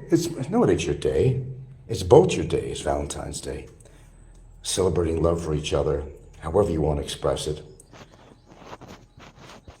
Bed, or a good meal, whatever. That's where society has fucked people up so much that you have to cater to women in that kind of a way. You allow yourself to do that. It's a mutual thing. It shouldn't be just a guy acknowledging his love or his care for somebody that's special in his life. It shouldn't be that way, but it is. The commercials on TV, if you grew up in a Western society, jewelry stores, buy your loved one this beautiful diamond ring. She'll love you forever. You never see commercials where, it kind of pushes things to, include the men. The men. Because in Western society, women becoming so selfish. So absolutely selfish. It's me, me, me. Me, me, me. But if you give in to that kind of shit, that's what you're going to get back. It should be mutual appreciation. But you guys fall for this shit all the time, don't you? You feel you literally have to buy your women, literally, not figuratively. You got to buy your women. Now it's really great if you have a woman that doesn't ask for anything. I got one of them, but she recognizes the occasions like Valentine's Day and stuff like that by doing something for me. That's the kind of woman you want. They're rare to find, I'll tell you that. They're rare to find. But they're out there. If you're fortunate enough to have met one. It's not all about her. And if you meet a woman where everything is about her, you don't need that woman. You shouldn't even be in a relationship with somebody like that. Where it's me, and what can you do for me, big boy?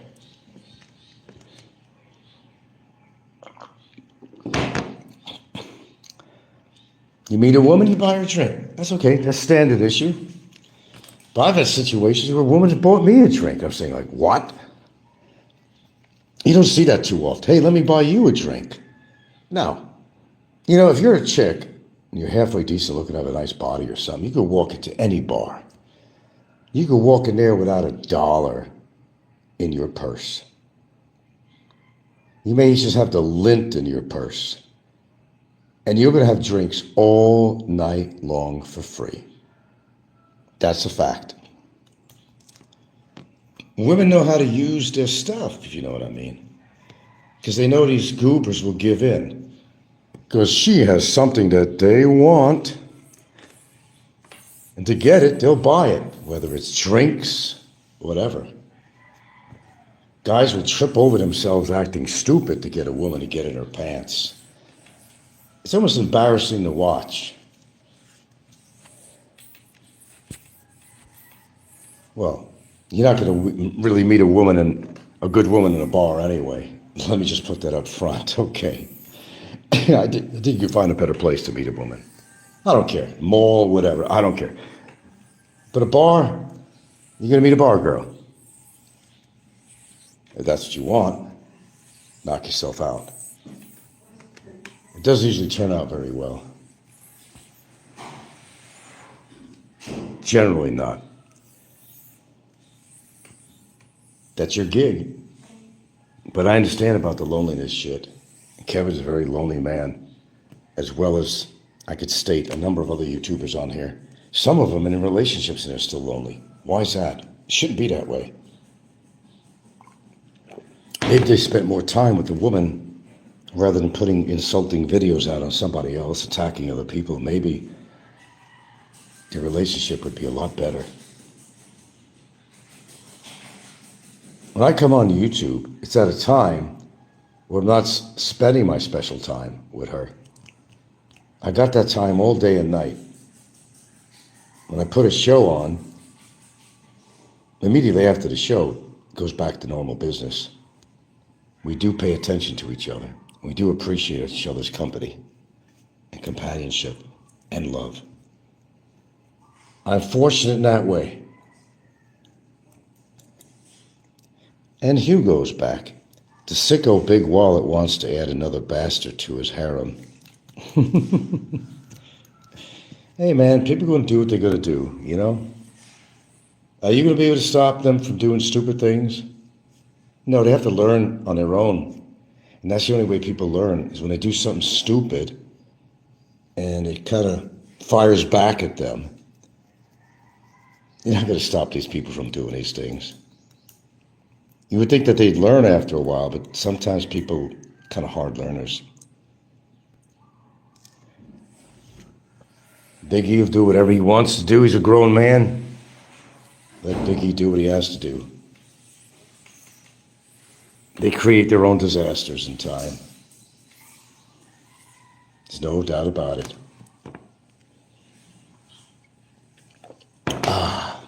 Okay.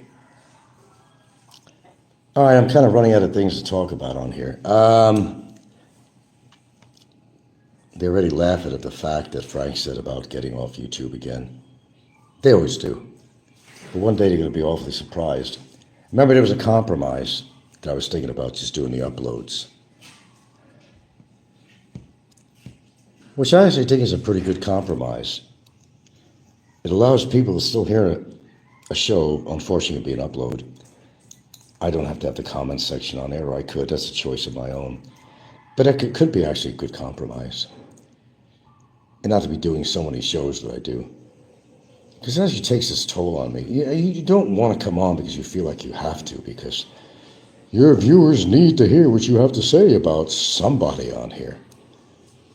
That's where it all goes wrong, really. To get distracted. I told a new vlogger who lives locally, actually, right here in town, actually, on the mistakes he's already making. Just to try to earn maybe, if he's lucky, a couple $100 a month. Oh, that could pay my rent. Yeah, but how much do you got to put into your show, and how much do you have to take?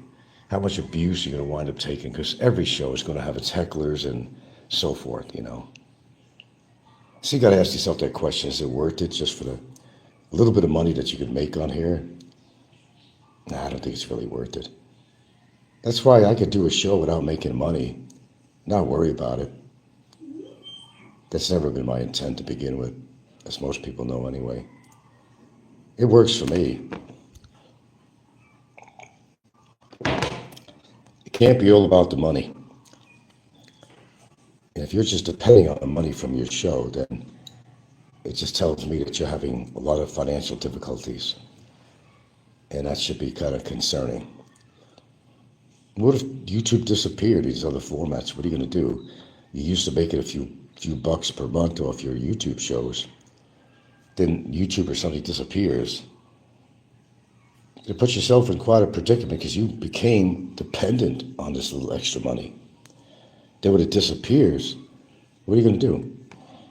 You're not going to get a job out here. You can't work out here.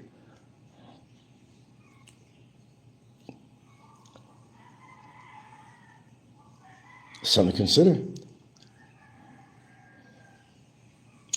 All I know is I woke up in love this morning.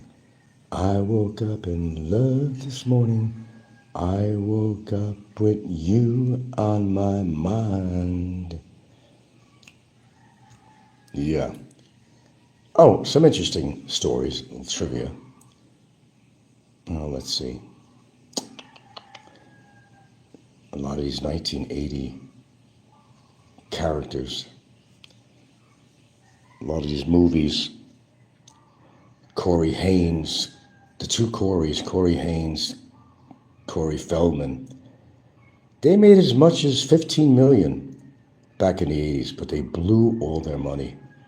Now one of them is lucky to have $30,000 in their account. They get into drugs and this and that, and they totally fucked up their lives.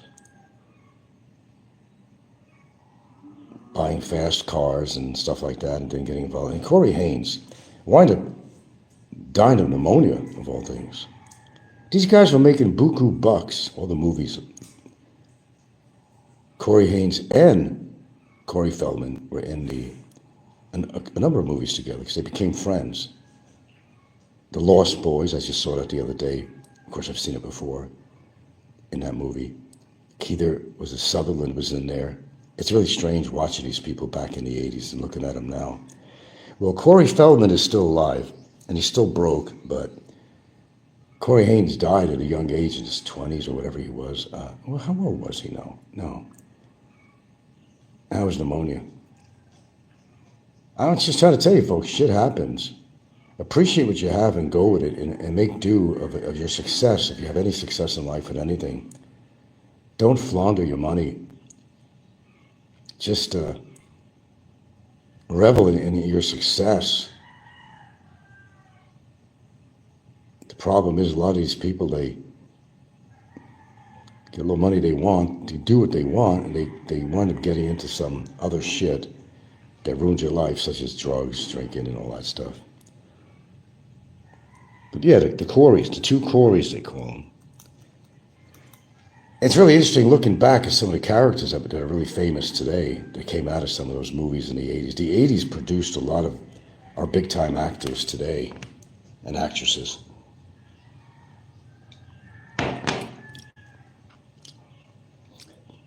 We got all these classic movies, you know. You look back and say, holy shit, how long ago was that? Fuck, I'm getting old, you say. They're old. If they're old, you're older. They were entertaining to watch, but it's like a frozen moment in time that even they can't get back. Everybody says, those were the days, my friend. I thought they never end. But they do for a lot of people. They get too carried away with things that they do, and it works against them. Hint, hint, hint. More surprises to come in the future, folks. More surprises to come. We won't talk about on here. More surprises. Anyway, I got to end this because I do have to go pay attention to my sweetie. I don't know what to tell you, Kev, and others, you know.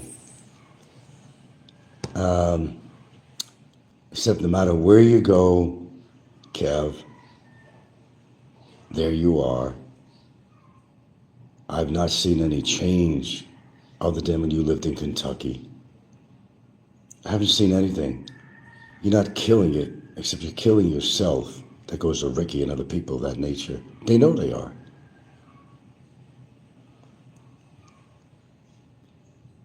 But you want to kill yourself that way. Have fun doing it.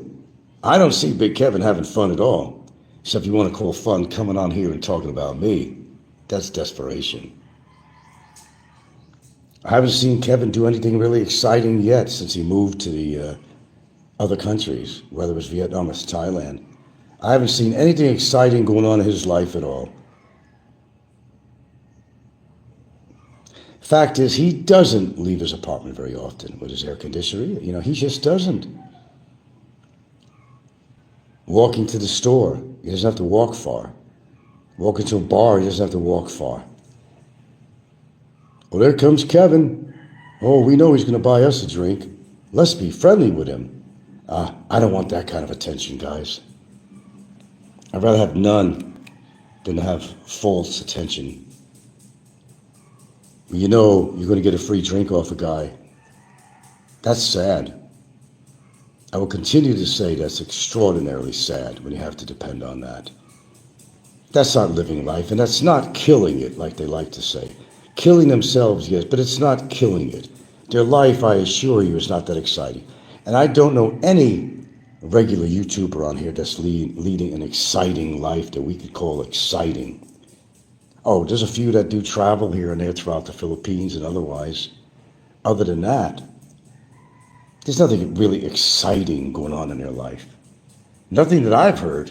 I don't know about you, what you've listened to, but what I've listened to, and we probably listen to some of the same people, I don't see anything exciting going on in their life at all. Nothing. But they pretend.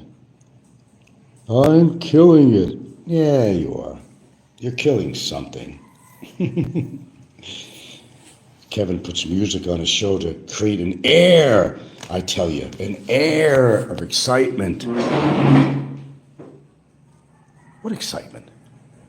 You get these losers maybe going to a bar, a seedy, smelly bar with a bunch of fucking drunkards. That's what you come out to different countries for? Really? Couldn't you have done that in your own country? I mean, really? That's what you come out here for? Not me. No, not me. That never going to happen, never will, never did happen. I don't come out here to hang in a fucking bar. What is the purpose? You could do that anywhere. You're going to uproot yourself all the way to another country, sell everything your own, and come out here to hang around a fucking bar? Oh, look at my lady on a dancing pole, or display my lady dancing with another woman. Well, that's class. That's just lots of class. It's sad, really, that people are using and abusing each other like that. It is really sad. That's the only way they could go on in life, is to use and abuse each other. That is just so fucking sad. Oh yeah, we're killing it. We're partying here. We're drinking. Of course you're going to be drinking. You can't enjoy life without drinking, then. Fuck, I don't know what to say. Have some sense of normality in your life. I mean, some resemblance anyway. But you think going to a bar, look at my exciting life. Nah, that ain't exciting. It's a fucking bar. It's a bar. And if you're single, oh yeah, I picked up this chick the other night. This Filipina was hot, you know. Well, what did you do to pick her up? You bought her a bunch of drinks. Liquored her up, and maybe you got lucky after you liquored her up, didn't you? Right? Isn't that what happened? Ben Timebro says Big K should hire you as a nutritionist. Nobody's nutritionist. Blueberries and treadmill workouts at Casa Battaglia. I was watching a movie last night called Nonnas, Nonnas. And, you know, I kind of thought it was going to be really boring, but it kind of woke me up to my culture. And this guy was working this job, but he wanted something different. He bought a dilapidated restaurant that used to be very popular back in the day because he wanted to open up his own restaurant. He always wanted to do that. And then he found, these Italian women, these grandmas that could really cook real Italian food. And he made a stab at this. For the most part, it didn't work. He had a dream. He wanted to, work himself. I mean, he had mortgaged his place and everything else and to do this. But the moral of the story is that he made friends. Despite the initial lack of business, nobody was coming by or to try to get a critic to come by and try to totally fantastic food made by these grandmas who actually, one of them lived in Bologna, one of them was in Sicily, lived in Sicily originally, some of them for the Bronx, Staten Island, and it was a pretty good, called Nonnas, Nonnas. Watch it if you have a chance. It's not like full of excitement and stuff like that, but it's a good story. And one lady was really great at making pastries. She made cannolis. God, I was looking at those cannolis. I said, God, I wish I had a cannoli right now. It's doing something that you want to do, and you're willing to leave something to do it, like some people are willing to leave their country to come out here. But you have to have some kind of endeavor. You have to have some kind of a game plan. This guy wanted to start his own restaurant. So he had a really good friend of his, and boy was he a good friend of his, who did construction, and he helped fix up the place, made it really nice. He wanted to have a family atmosphere where they weren't selling food, they were selling friendship. They were emphasizing family. He wanted to make it a family place is what he wanted. And have that family atmosphere where they're all dancing around, Italian music and all that stuff. It really brought me back to my culture. It really did. I can relate to everything they said, the kind of food they were eating, some of their Italian expressions.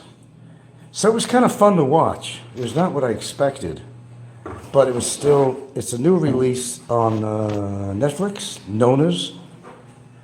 You might find it a little boring at first, but try watching it. At the end, you'll probably come out of it with something, It was interesting. And it really brought me back. It brought me back to my relatives. I remember my grandmother cooking for us. I remember some of the things we used to eat growing up that I can't replicate even today. But try watching this thing. It's on Netflix, Nonnas, Nonnas. Follow your dream. As it turned out, I want to give you the whole, context of it. It turned out okay for him eventually, but he had a lot of struggles trying to get this place going and spent a lot of money, made a lot of mistakes. But he kept to it, though. He kept to it. So I don't want to do a spoiler alert or anything like that, but I would say it's probably worth watching if you're looking for something to watch on Netflix. Yeah, I enjoyed it. I could have easily turned the channel and said, I don't know. I like things more exciting and adventure and all that stuff. But some of the simplest movies are the best things to watch, where there's no killing and guns and all this bullshit. too much of that. I find it really hard to find something to watch that really I get enjoyment out of. But I like to watch all these sci-fi stuff and disaster movies and all that. And why? Because they reflect real life of what could happen, will happen. There was one movie where, and I forgot the name of that. I saw that one too yesterday.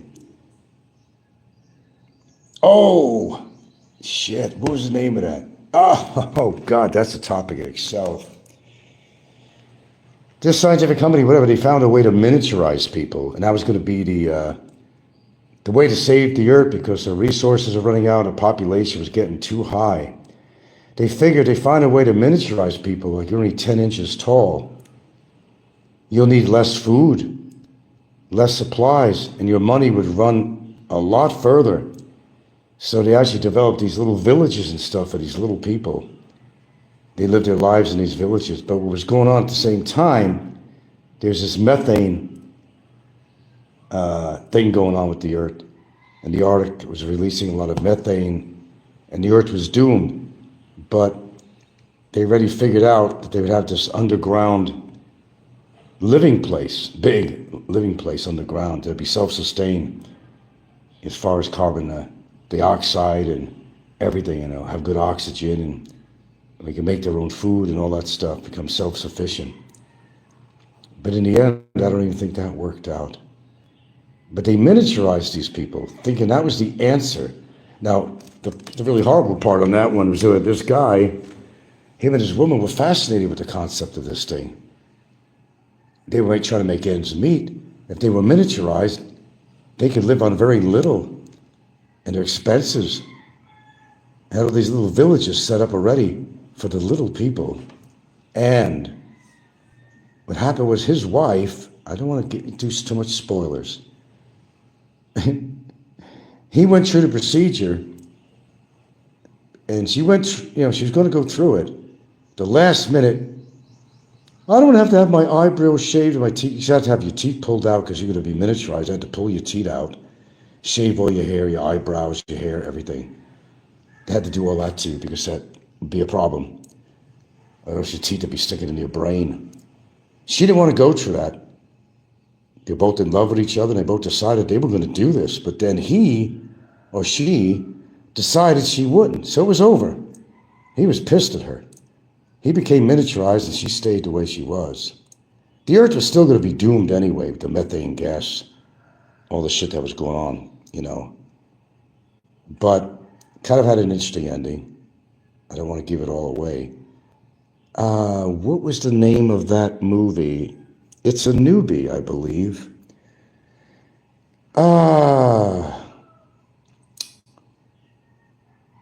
Don't remember the name of that. But if you could find it, it might be interesting to watch, actually. It has a lot of messages in there, really. I think that movie had a lot of messages for people to grasp. Sometimes it takes a movie for people to realize certain things about life and maybe things that we don't normally think of. Sure, it's all fantasy, they're all actors and all that, but some of the things they talk about are very poignant, some of them are very educating, some things are very real to life, whether they're actors or not. Art reflecting life or life reflecting art, whatever you want to call it. But some of these movies are really interesting. And some of them are based on the reality of what's actually going on this planet.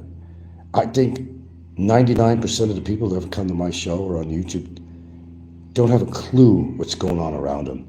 They don't have a clue. But you got to go on with your life, right? I understand that. You can't sit there worrying that the earth is falling apart and the population and our oxygen's disappearing and all that. But some people that, think out of the box, they're more aware of their environment. These are the people that you want on board. People of that likeness, because if you are alive on this earth, well, you should be worried about your future, your children's future. Don't be having kids. The worst thing you could be doing in this society right now, considering the overpopulation and what's to come, is don't have children and give them the injustice of being in this world, knowing that it's falling apart. you're not doing your children any favors. I'll guarantee you that. You're not doing them any favors at all. Keep that in mind. Don't have children. Not these days. I know. Woman's biological clock is always ticking. The maternal instinct is stronger than King Kong. I understand that. But sometimes you got to have some logical thinking. Stop putting more people on the planet when we're fighting for natural resources. There's wars going all the time. What do you think it's all about, part of it? People trying to get natural resources. Trying to buy land to find lithium. That's a big thing going on. There's supposed to have been a big discovery. I forgot where it was. Lithium for energy, batteries and whatnot. I think we're just too far behind. It wasn't well planned. Life in this planet has not been well planned. Just like when a town is growing, the infrastructure is so bad, and they should have planned for it years before, decades before, to alleviate future traffic, knowing that there's more and more people moving into the Philippines and stuff like that, you know.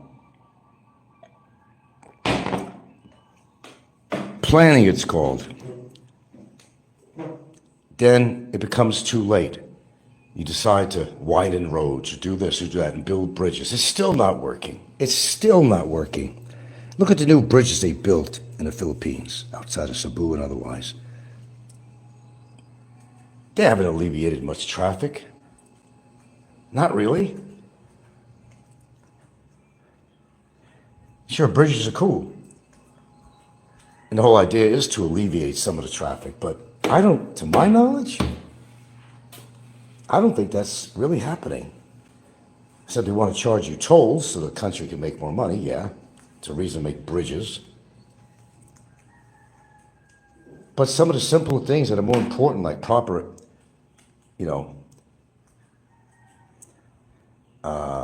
water drainage. How many times you get a heavy rain in the streets of Cebu and in Manila? Get water up to your fucking waist when there's a good rain. The sewer water's all coming up. Kids are playing in it. Jesus Christ. They're used to this. Maybe they just don't think about that. It's water. It's not going to hurt my kids. It will. Sometimes people just don't think. They're not aware of their environment.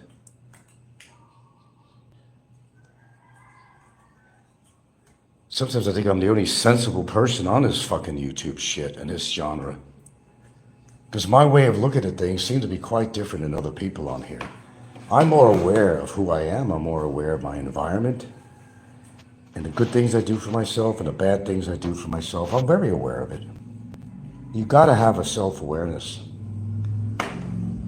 So people can run their mouths all they want, but in the end, they're gonna die. Because they didn't want to take care of themselves, at least in some basic ways, at least.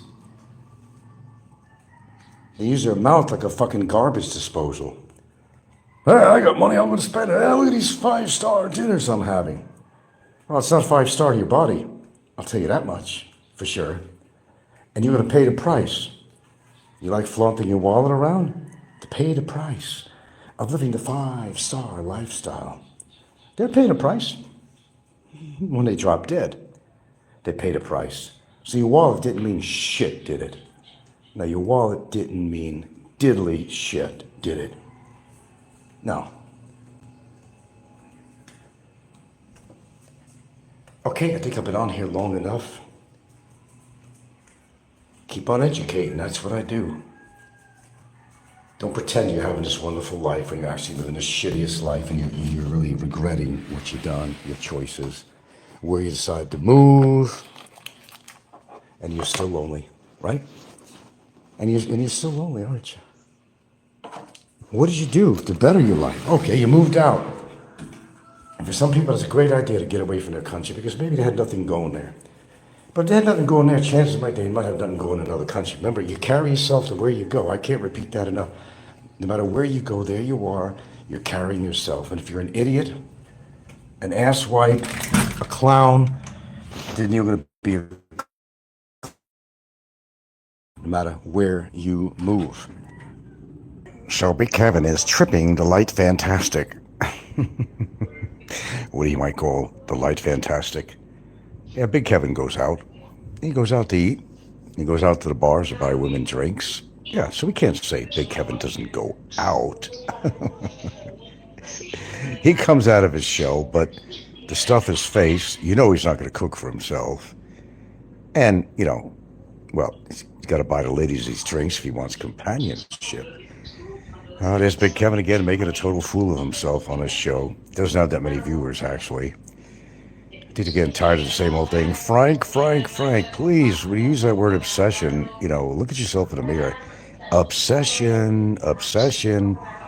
Kevin, what I'm trying to say very nicely to you is that you cannot come up with any topic matter, and nobody wants to listen to you unless it's about something or somebody controversial.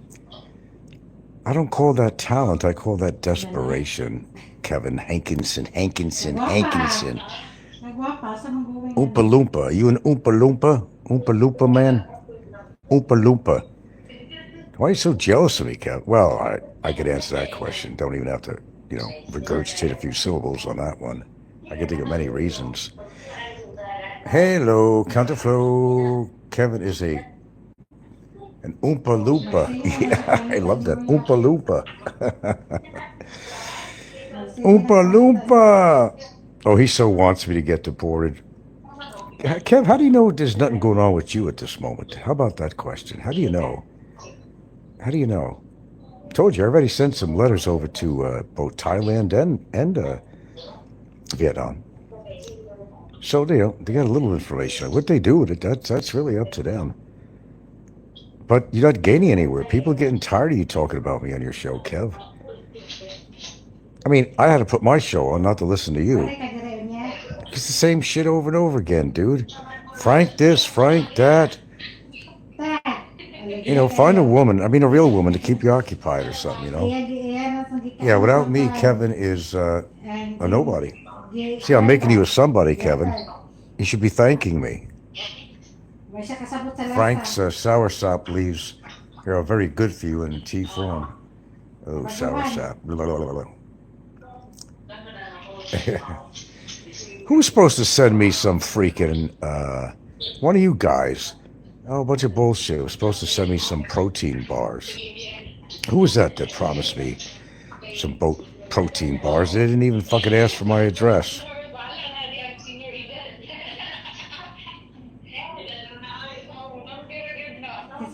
Well, I'm not married, but I refer to her as my wife.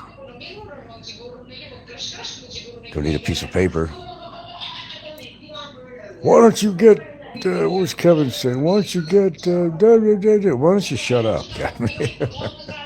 Why don't you get a brain? Good Lord. I hope you listened to a show I had on the other day, Kevin. It was an AI thing, and it's about your weight, buddy. Kevin, you're not going to be a problem to me too much longer. I guarantee you that. Grim Reaper's at your fucking door. Got all your arrangements made up? Do you know what you're going to do if you drop dead in another country? Are you going to have a casket big enough for you? A lot of things you got to ask yourself that. I know your big buddies will give you the final bailout, right? Pay for your funeral. Around the corner, bud. Hope you heard. AI. If it's AI, it's got to be right. About your long-term weight and the damages already done to you. Combine it with your age, how you eat, and even your attitude. Grim Reaper, he's on your block. He's waiting for you, Kev. He is waiting for you, buddy. He's sharpening up his little sickle, whatever. Got his black robe on. You got an RSVP to hell, motherfucker. Come back and visit us after you meet your Lord Satan.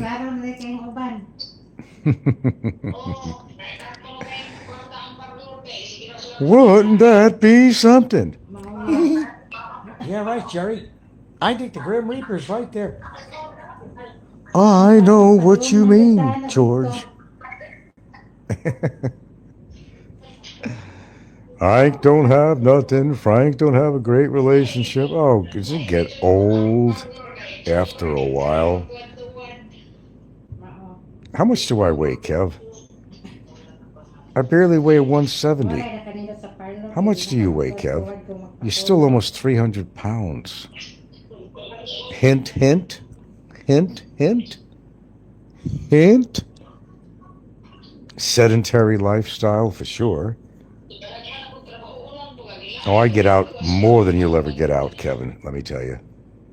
I'm always running around somewhere, but you get your fat ass off your cheap bed, your overpriced closet that you're renting, and you go to the store, the restaurant to stuff your face with high cholesterol, high fat foods, drink Coca-Cola, you do everything wrong, buy drinks for the women to have companionship so you're not lonely, and you could feel extra special.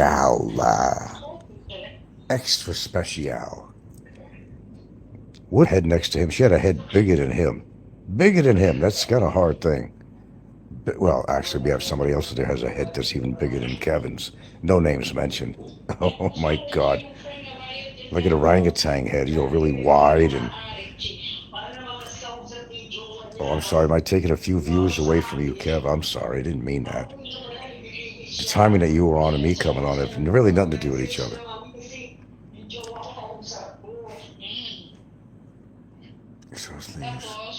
No, I can even smell sour sap. I get confused. There's sour sap and what's that other one with that horrible sweet smell? Boy, they use that actually in making Wrigley's gum and stuff like that. That flavor from the, I think it's the sour sap. No, what is the other one?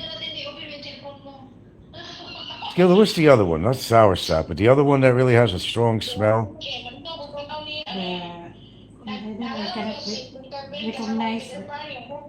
The one with the fruit with the really strong, you know. There's sour sap and there's the other thing. The one that has that. With no tomato sauce. What tomato sauce? What are you talking about? The other one is very smell. Honey, I'm talking about fruit, not fish. What do you... What? Concentrate. Put your volume on your phone down. Concentrate on one person or the other. There we go. I asked you, what is the other fruit? I'm not talking about the fish you ate. No, passion fruit. No, dear. Fruits, look at fruits. There's sour sap and there's that other one. That really smells sweet and attracts flies. I could never eat it because it smells... Jackfruit. Jackfruit. That's what I'm trying to get. Jackfruit. That's the strong word. Jackfruit. My goodness, jackfruit. Jackfruit. Ooh, that's strong. That is strong. Oh, the leaves, not the fruit. We got a lot of malungai here, too. We use it now and then. They love malungai. It's supposed to have cancer-fighting properties, all kinds of stuff, but I don't know.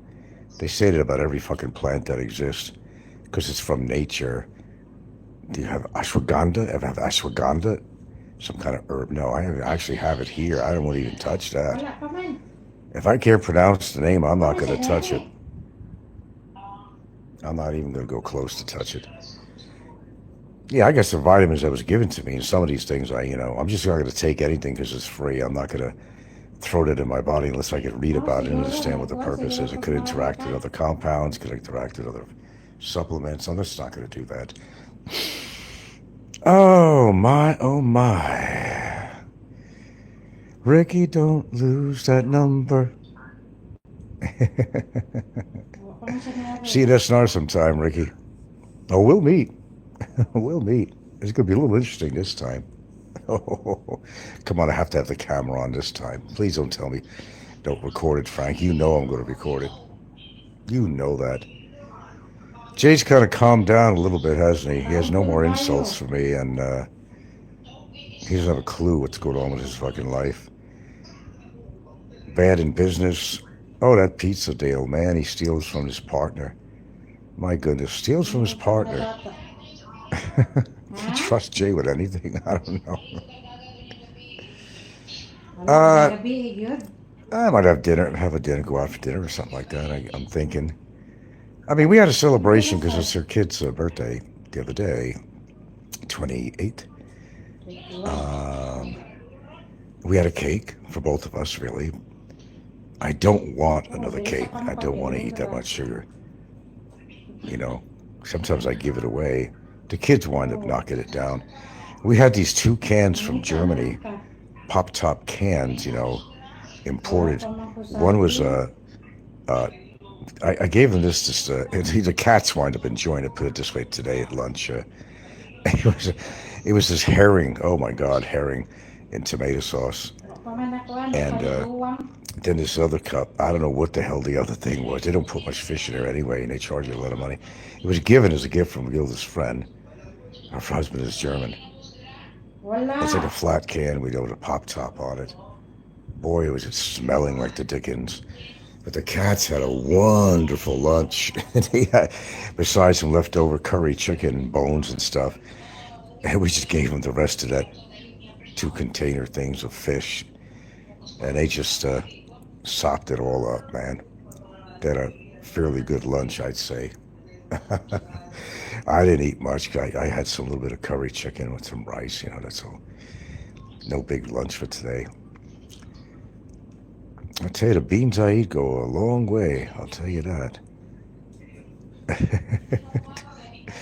Don't light a match around me sometimes. I'll tell you that. Beans are good. They're good. I'll tell you what, I've been eating so much. In fact, I gotta eat it right now. I made 2 katsu chickens.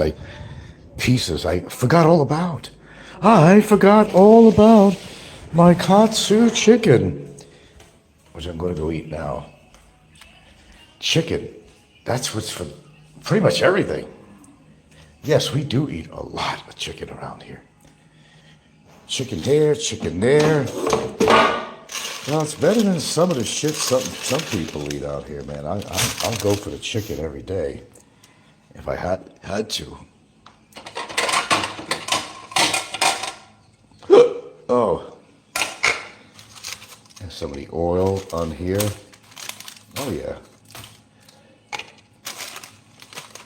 That's why I use the air fryer, because a lot of these products come already with oil on them, and that's how they fry up good, or even air fry up good. I mean, that's how it works. You don't need to fry something. I got an air fryer, so I mean that's the way to go.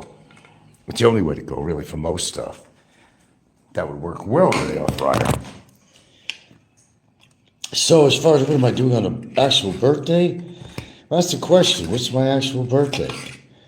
Although it's technically, it's the 31st here tomorrow, it's not really the 31st in America. I was born in America, not here.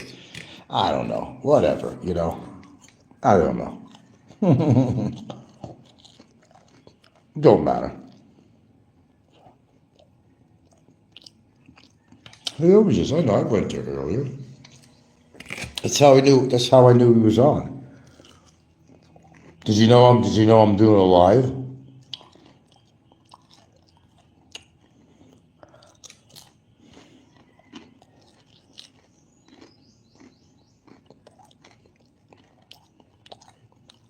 Oh, good.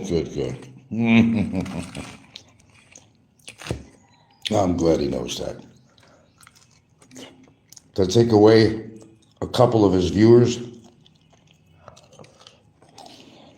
I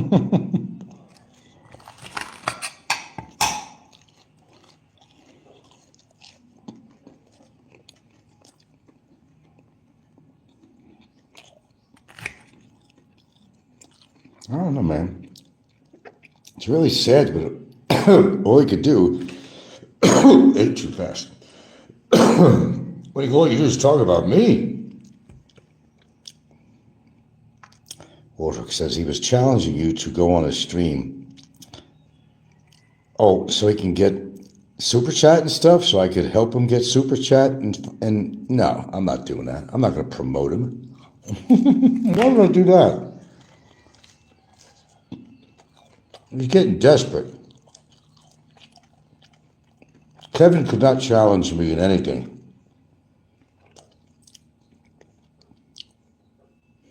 face in. Well, I'll tell you what, Kev. If I have to get thrown out of the country, I'll make it a point to go to Thailand. You can tell me what you want in my face. I'll find you. No problem.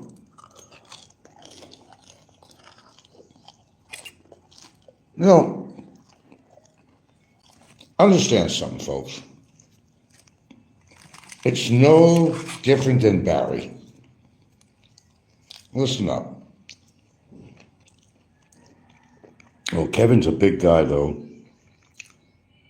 Deaf, imposing sized man. He's just like Barry. And nothing to look forward to. No topic matter except for me. Both of them don't have the capability of doing a show with exhibiting any kind of intellect whatsoever.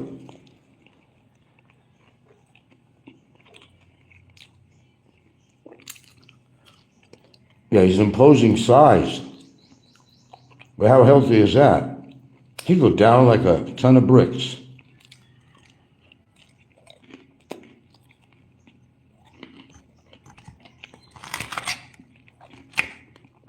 He don't have muscle, he has fat. Keep that in mind.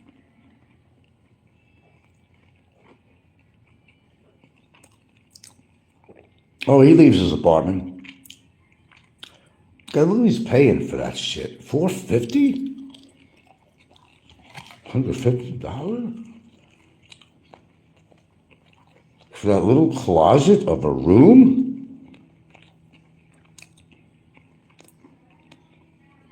I think he found just any old place that's located near a bar or a restaurant to make it convenient. For what he's paying? Come on.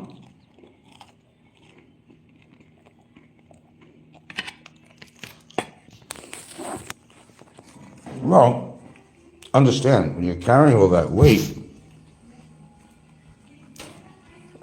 it's really, really, really tough on the heart. He'll find out soon enough. You think I'm kidding, right? I know my shit. I know my shit. I can name some other people too, but we're talking about him at the moment. He's not going to be around very long. Be one less YouTuber. So be it.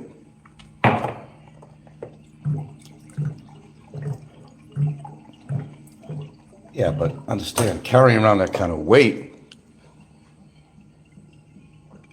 is an incredible strain.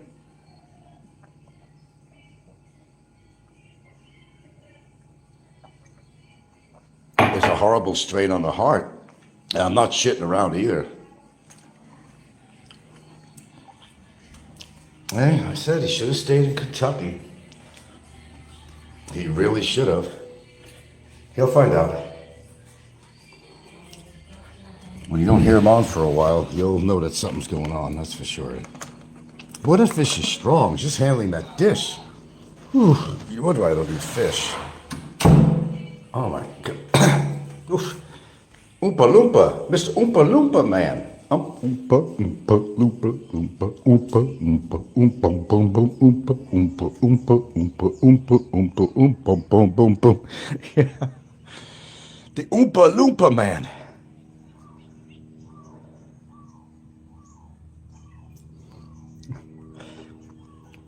It must suck being him, that's all I can say. It must really suck.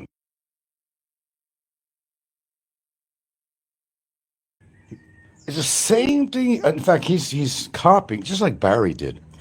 Copied all my little one-liners, you know. Like I said something on my show that Kevin is like tripping over himself trying to, you know, talk about me and say stupid things. Well, guess who winds up using that phrase? He's never used that ever before. Frank is tripping over himself. Oh, I wonder where you got that, Kevin. Can you be original at all? Is it even remotely possible at all? Barry was the same way too. He picked up some wordage from me too. Counterflow says, I wish I knew his BMI. Well, let's see. Let's say he's 6 foot. Go with that. He's about 6, and he said he weighs. Go with 285. Go with 285. It might be a little more than 285, but let's give him a break. Go with 285, and say he's 6 foot tall, age 63. Anyway.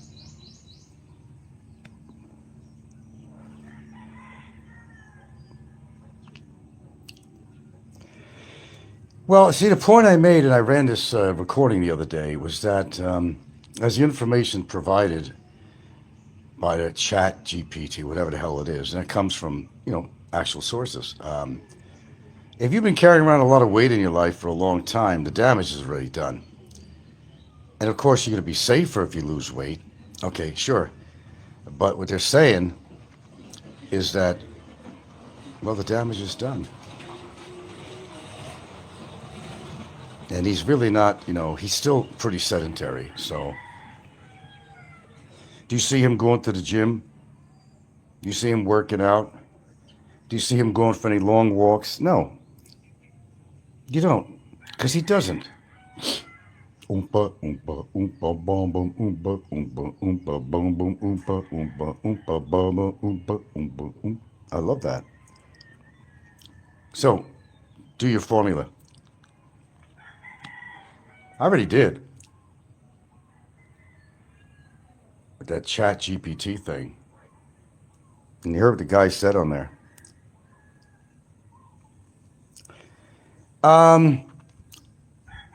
I don't wish it on him, but I think before 2025 is over, he's going to have an emergent event. That is my prediction. Now, I don't wish it on him because I believe in karma. I don't want to wish it on me. I think, and I sensed it with Fazio too, I think before 2025 is over, he's going to have a major health event. I feel it in my bones. I'm not kidding. I am far from kidding. I look at him, I listen to him, I hear his speech, and I'm thoroughly convinced. Again, I'm not wishing anything on him. I try not to do things like that because of the fact that I do believe in karma, so it comes back. I'm saying it's a prediction, my own personal prediction. I want you guys to remember it. Remember today's date. That Frank said it around the time of Frank's birthday. That's how you remember it. That I predict is going to be an emergent event with him before 2025 is over. I feel it in my bones. I feel it in my bones.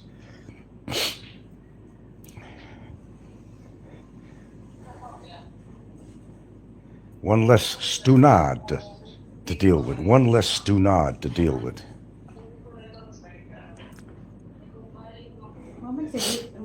Yeah, in fact, I don't know. My birthday day, I think we'll just go out to a resort on the beach. That's what I think. Yeah, why not? No, I'm not going to record it, though. I got to have some personal time. Every time I go out to a beach resort, I got to put it on camera. I mean, that's a little ridiculous. A little bit overkill. Have some private moments with the family. What does Kevin say? Oh, I got no family. Well, you sure don't, Kev. Does your aunt even stay in touch with you, Kevin? You never talk about her. She's probably so glad to get rid of you. Eating her out of house and home. Oompa, oompa, oompa, bamba, oompa, oompa, oompa, bamba. There comes Kevin, doesn't she? Oompa, oompa. Now, somebody with get the proper instrument for that. Tuba, yeah, someone playing an oompa, oompa, loopa on the tuba. A deep tuba. Oompa, oompa, oompa, boom, boom, oompa, oompa, oompa, boom, boom, oompa, oompa, oompa. The ground shakes behind. Earthquake, earthquake. However they talk in Taiwanese, whatever, fucking Thai language. Earthquake, earthquake. No, it's Godzilla, it's Godzilla. Godzilla. That's one problem I don't think I'm going to have, because I am quite energetic most of the time, and unlike Oompa Loompa, I do exercise. In fact, I gotta do a little bit more after this show, and I just ate something, so I gotta work with those calories a little bit. So what type of obesity does he have, Counterflow? You still haven't come up with that. You're the one doing the math over there. If my other phone worked right, I could ask it questions on there and just play it on here, but no, Kevin's about 6'1". Now, I was looking at Bob Cooper. I don't know if he lost weight since February. I don't know. There was a February 2025 where his face was as wide as an orangutan. Hope Bob isn't taking his medical problems to the Philippines with him, trying to develop his relationship, and then for what? To drop dead of an heart attack? These guys are doing things wrong, I'll tell you. Hey, Kevin shouldn't have left his basement over there in Kentucky, Corntucky. I don't think his aunt even probably bothers to contact him. You never hear him talk about his aunt, do you? She probably wanted him out of there so bad. How many years was she living in his basement? It's like the spider that lives in the basement, with his own little web, his little toys, things that light up and make sounds. Oh my God. He's got a big body, but he's got the brain of emotions of like a 6 or 7 year old or something. But, he caused that. So you're saying if it's type 3 obesity, it could be 64 years old to his lifespan. That's not too far away, is it? As I said, I don't wish that on anybody. And even Barry, I don't even wish that on him. Because I'm a believer in karma. I don't want things to come back to me. I can make an educated observation of somebody and come up with some kind of a conclusion. That's not hard to do. It's easy. Look at their lifestyle. Do they drink? He does. He was drunk on his show last night, wasn't he? Then he's playing that fucking music in the background. Like he's having a great time. He's partying, man. He's partying with himself. What's that song? Dancing with myself, I'm dancing with myself. Yeah, that's all he could do is dance with himself. He can't even dance, really. He's too heavy for that. Why do you think he had trouble with his legs and knees and stuff? When your skeletal structure is like it's like a building structure, you got to have good rebar, good solid cement, mixed properly. It's got to be able to hold its weight. But when you get as big as him, your knees always go out. Supporting your body, your knees and your feet. When you get that kind of weight, of course he had knee operations and all kinds of shit like that. That goes with the territory. Needless to say. Your body's carrying a lot of weight. Then your feet carry that weight too. Don't forget about your feet. But the knees take the brunt of it, I think, a lot. That's why he's had problems with his knees. And what did he have? Some titanium put in there or something? I don't know what the hell he did. I know he was always having a lot of problems there. What do you expect when you get that big? Duh. It's simple science, really. You gotta have a solid structure to support that kind of weight. And he was nearly 500 pounds. That was a lot of weight. And he's almost 300 right now. So still, even at 6'1", 300 is much too much. Much too much. Well, anyway, that's call this a quickie after lunch here.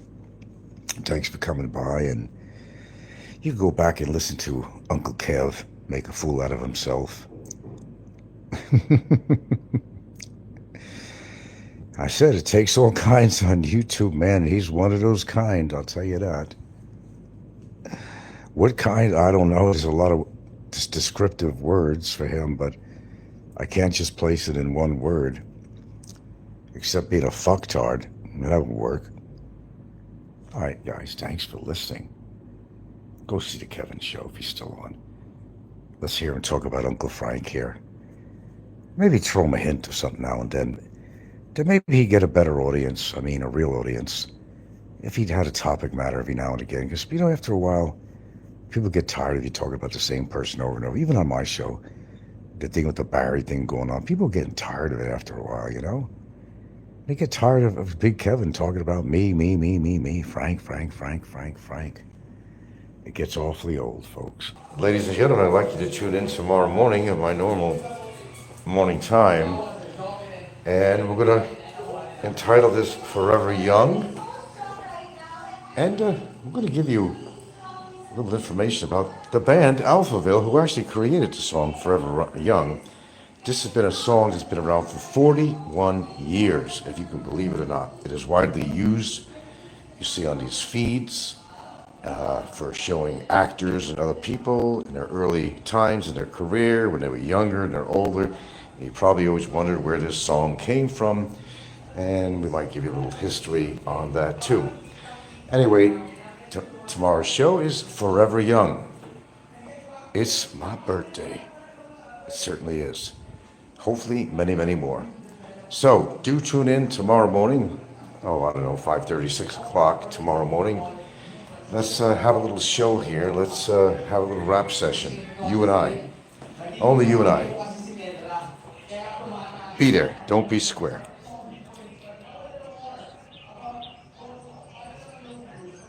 I have no idea what's going on.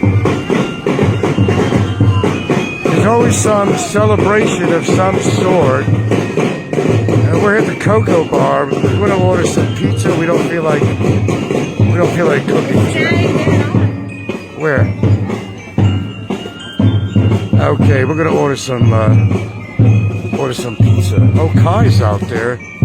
Yeah, let's go check Kai out. He does work with the church. Fine young lads that have living with me.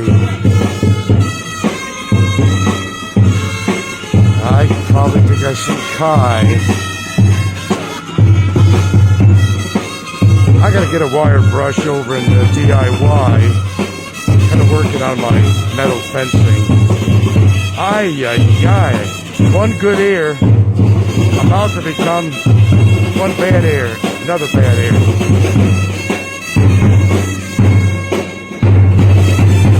Oh boy, excitement in Santa Fe.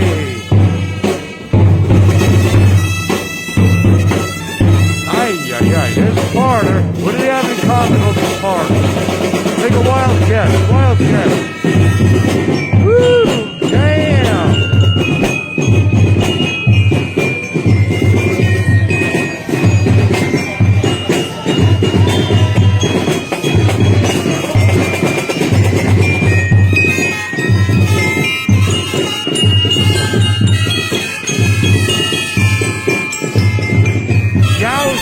Yowzer. Woo! Okay.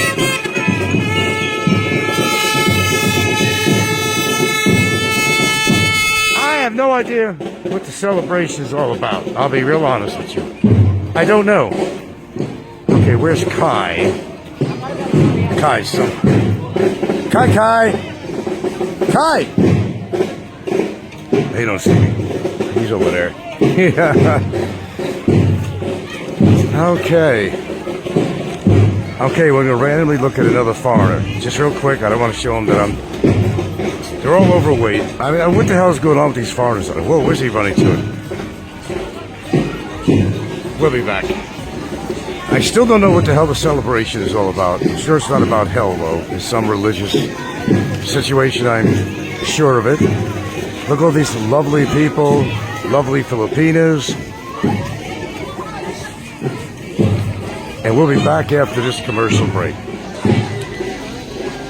1 steppy dinghy, 2 steppy dinghy, 3 step 4, 5, 6, 7, 8, 9, 10. DIY. If I had to listen to that all day, I'd go crazy. Well, guess what? I didn't bring no money with me. She's outside at Cocoa Bar ordering the pizza. Hopefully she'll come over here and realize she's holding the money. Oh my. Well, let's see if they have the brushes here.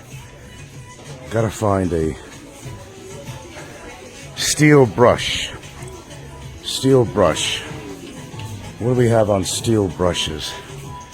Oh, back and forth here. Let's see. Steel brush, steel brush. Oh, here she is now. You had the money. Okay, wire brush right here. Okay, let's see what we need. Maybe these. How many do I need? Something like that, oh. Well, I just bought a scraper. Yeah, But it's okay lang. You bought 2. it's okay lang. I bought 2. I bought 2. Is someone going to help me? 35. They get another one and 3. Oh, that's cheap. Let me see. How strong is that? I don't know. You got to scrape the stuff off this fence. Ooh, man. I wouldn't brush my dog with this. I'd pull off their skin. We got 3. 3. 3. 75 pesos. Okay. I'm going to go with this puppy. Okay, hold on to that. Oh. Oh, my. Well, like I thought, it's some religious celebration. I'm not really sure what it is. What's happening? What's happening?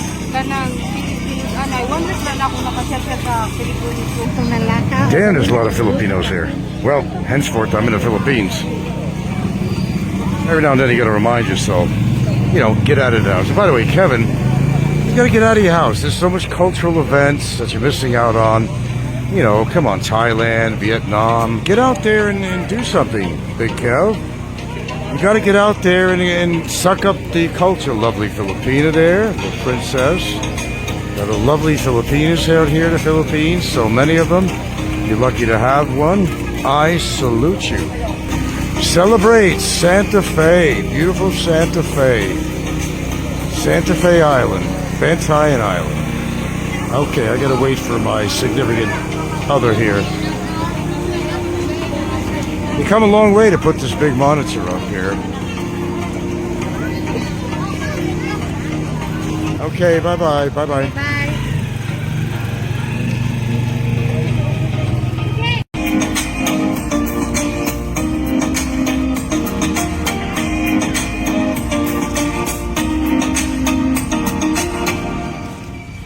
I guess a little siomai to go with the pizza. Philippine Eatons. Yeah, we're in Santa Fe. It's a lovely fishing village town located on Bantayan Island, somewhat north of Cebu. I'm very proud to live here. It's a growing place. It doesn't have all the amenities one would like to have, but it's kind of working its way up here in a lot of different ways. A new complex is being built, 11 stories high. That's going to have a small gambling facility, probably slot machines, that kind of stuff that you would expect. I'm not sure if that's a great idea or not, but this is a bustling little town here. Santa Fe is part of a several islands, a chain actually in Bantayan. And here we have a growing population also of expats living here. And people seem to find it's a idyllic lifestyle out here. Of course, you're not going to have all the amenities of a big supermarket or a quality hospital, but those are some of the downfalls that you have out here, unfortunately. But it takes a lot of compromise. If you did have an emergent situation, you'd have to act accordingly. I mean, fast. Okay, so I got to wait here for my pizza, and we'll be back. Yeah, it's quite a lovely restaurant that we come to here all the time. Kind of a nice ambiance.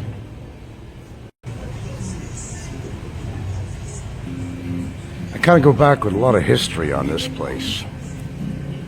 I've had one or two girlfriends come down to Santa Fe with me, and we stayed right up here because they do have accommodations. In fact, right in that room right there, right there.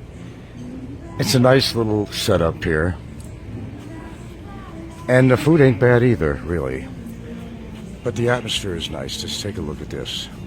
It's very relaxing. There's a good breeze that comes through here.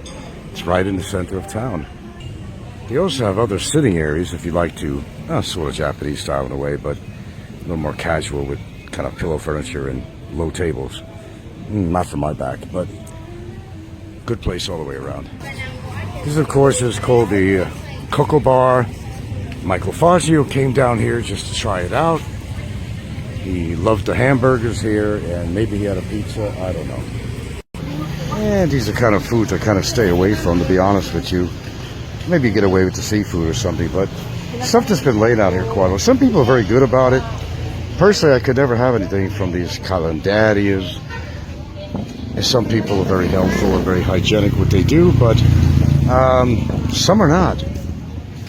You know, I'm kind of celebrating over 9 years here in Santa Fe. Well, minus the fact I had to go back to Hawaii for over a year because, got stuck, of course, with COVID. But there's progression in this town. It's very slow, but there is a lot of progress happening here. And tourism has been treating this town pretty fairly, I would say. Now, as far as my decision on YouTube, I think I come to a conclusion that I think I'm going to concentrate on uploads. If that's going to keep me on, I have a lot more control of the situation, I think, and I think it's more fun. And just be happy that I'm still going to be doing videos. That doesn't necessarily mean I'm going to be on there every day. That's another change, too. There really has to be something to talk about or show you in order to have any videos. So that's the change. It's an alternative is just getting off completely. Because I know I'll fuck up on that, to be honest. You know I will. So I want to be honest with you and just say, yeah, we're going to do uploads and only uploads. I think that's the safest way. So we will see you tomorrow morning for my Forever Young show. Here's one guy who's not bad. I can't believe it. I made a point of showing you some of the foreigners out here, and I don't know what it is. I just really don't. There's another one right here. Jesus, I don't know. Jesus. Is that our buggy? No, that's not ours. Okay, DIY. If you have to listen to that as an employee. I talked to the guard once and I said, how do you hear this every day? You must go to bed with this song in your mind. He said, yeah, sometimes.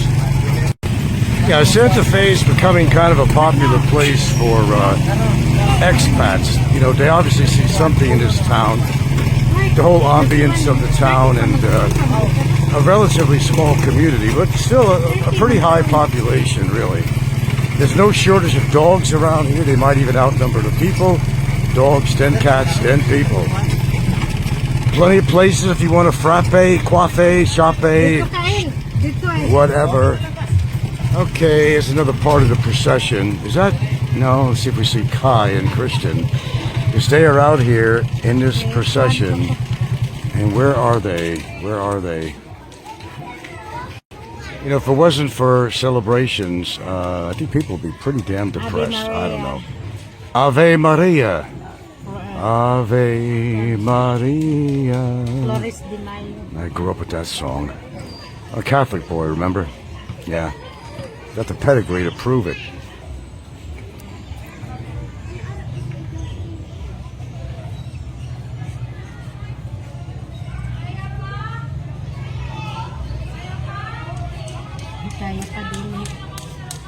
Oh my goodness.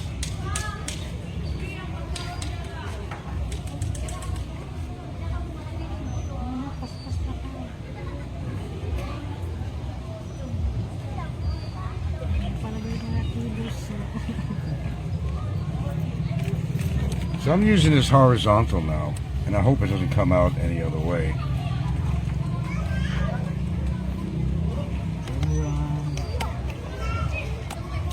Well, here we are. You hit that button sometimes, you think it's off, you think it's on. I don't know how it's going to come out. I got it on horizontal, but we're going to see. Okay, Let's see if we see the boys. Lovely dress on the Filipina. And we're just waiting here in the trike for this traffic to clear up so we can get home and eat.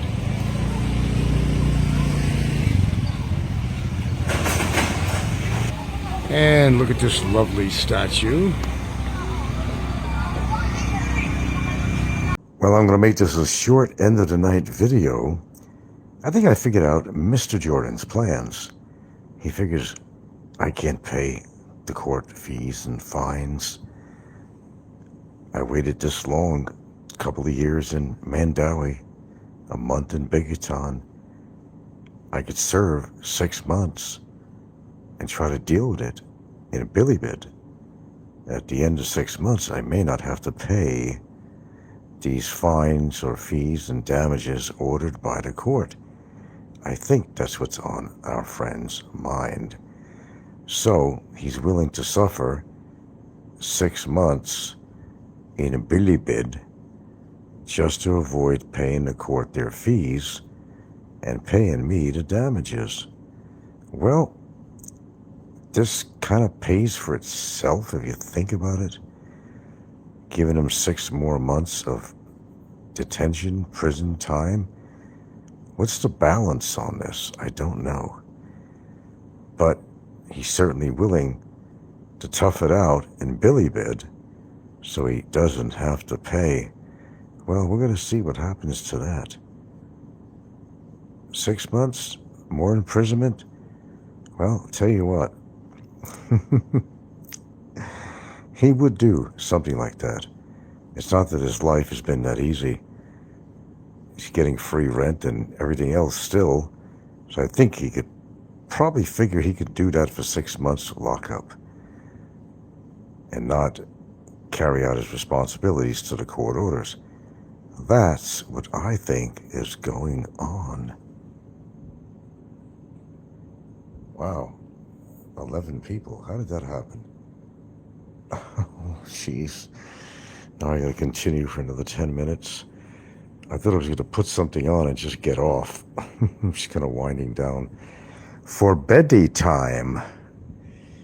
Yes, I was doing some reading on this, and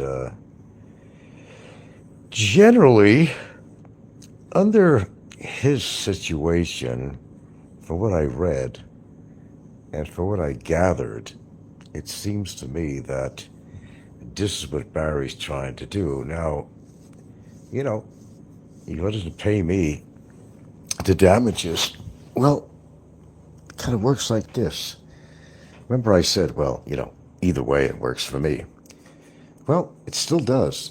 So he's already spent 2 years in Mandawi, a month in Bikitan, and now he's in Billy-bid. To me, that's a prison sentence. And you can't put a dollar sign on that. You can't really put a dollar sign on that. I mean, you could, but, you know, in prison time, well, it's not like the judge ordered him to be having a prison sentence, but this is something that basically he's imposing upon himself. Quite interesting, isn't it? So, as it turns out, Barry winds up getting the prison time after all. I'm a little ahead of the game, and I kind of know how that works. And I think that's exactly what he's trying to do. He figures, well, nobody's willing to help me get out. And if that's the case, and I don't want to have to pay any money to the court, especially to Frank. No, I'll tell you what. He's got a lawyer that's advising him. She's partially right. But you got to think, is it worth it to spend close to 6 months in Billy-bid rather than finding resources to pay to get him out and finally get him deported? I don't know. It seems to me I'll go through hell and high water to try to find the expenses to get out of prison. It's not a lovely place. And even though Barry is used to, you know, getting away with rent and expenses and everything else, and he might find that in some part very charming, that's Barry, that he's willing to basically face up to 6 months in Bilibid, which is one of the worst prisons in the Philippines. Interesting. I find that fascinating. But you know,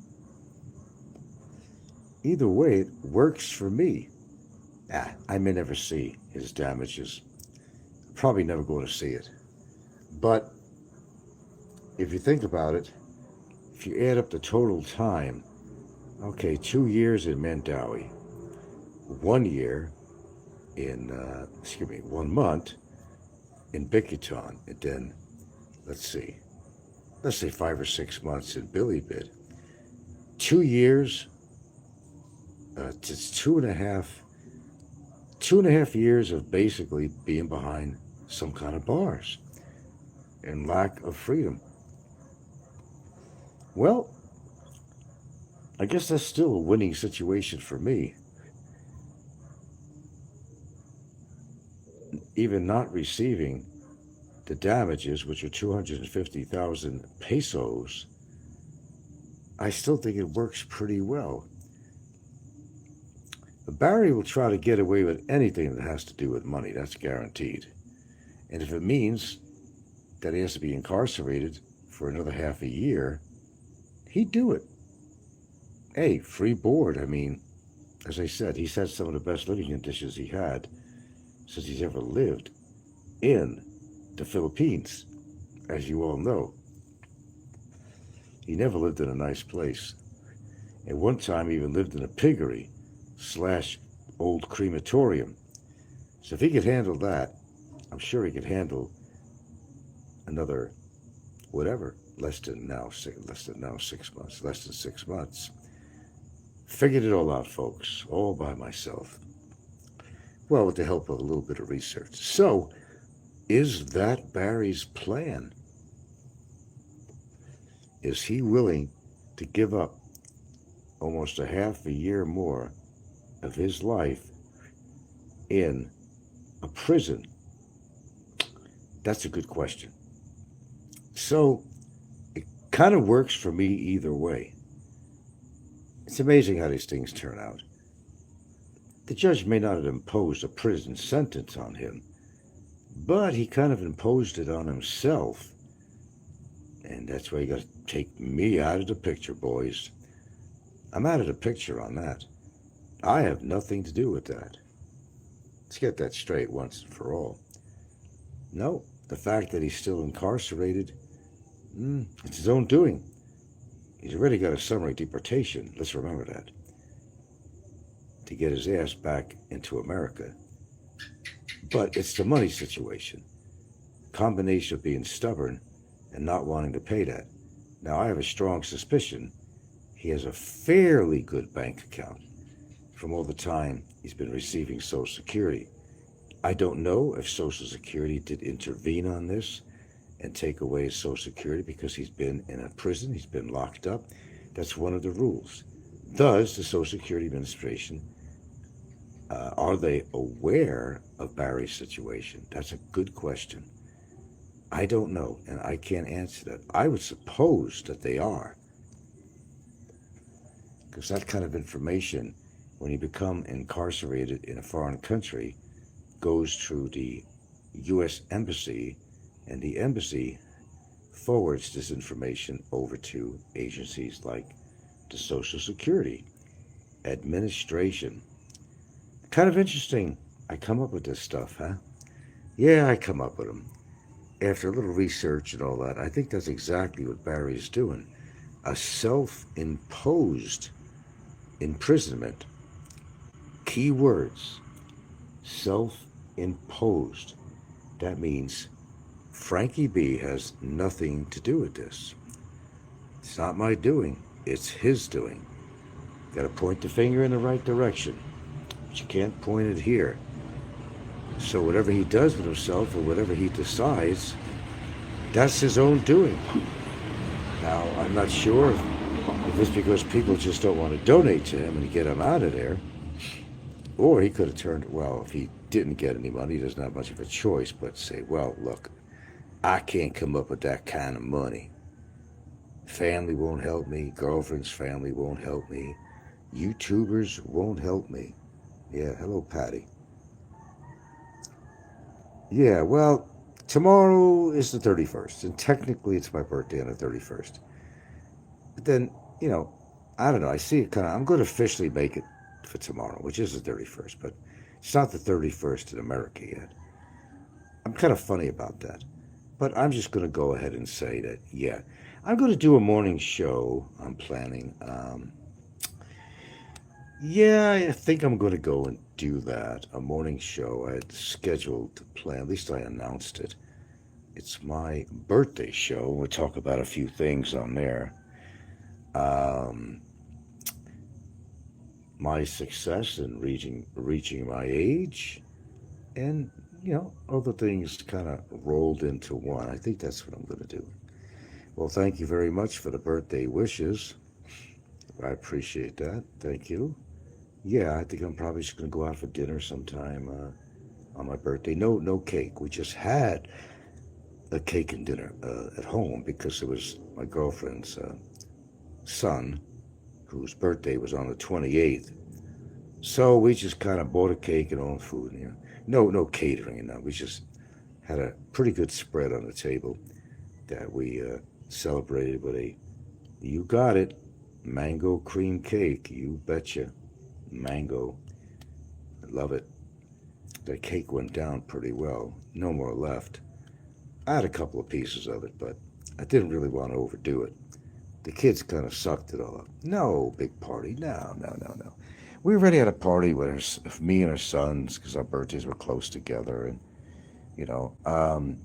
as I said, I think what I'm probably just going to do, pardon me, I'm going to try to wind down for the night here and get some sleep. No, I think probably we're going to go out and eat at one of the resorts on the beach, which we'd like to go to. I'm not sure where. We haven't actually decided yet.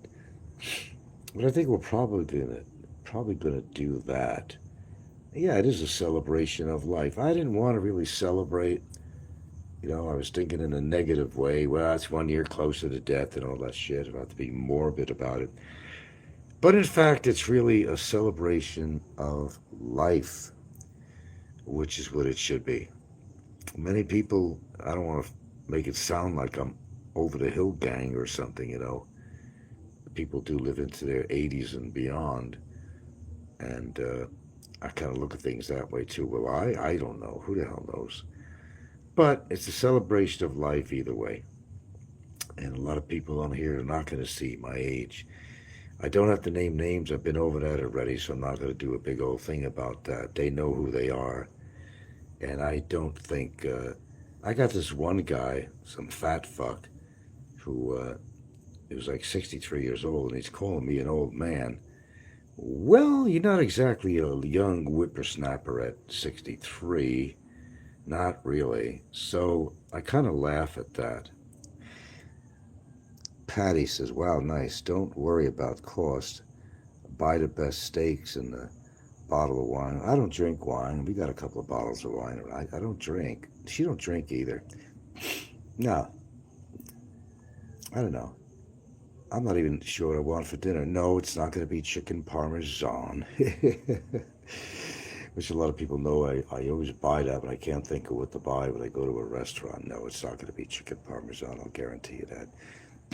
I'll actually see if they do have a steak or something. I'll see what they have on the menu. I don't know. I don't generally like the beef around here. That's the problem. So it's always mind-boggling when I go out to eat. Yeah, well, Big Kevin has a little problem with me. It's more like he has a problem with himself than he has actually a problem with me, really. He's not in the best health in the world, and I just don't see him living beyond 2025. I just don't. I don't want to sound morbid. I'm not calling in the Grim Reaper for this. You know, the Grim Reaper will show up when he feels he has to with his sickle in his hand and whatever he has in his black cape and give him his RSVP to fucking hell, you know. Yeah. He's been really going at it lately because he can't handle any criticism. Oh, well, that's really not my problem, you know. But yeah, the celebration will go on. And we might get a little philosophical tomorrow. We're going to talk about life and may go over a few things. Some of the hurdles that you have in your life when you hit your 50s, 60s, 70s. I don't know how much detail I want to go into it in tomorrow morning's show. And if I'm still going to have a show tomorrow morning, I'm likely going to.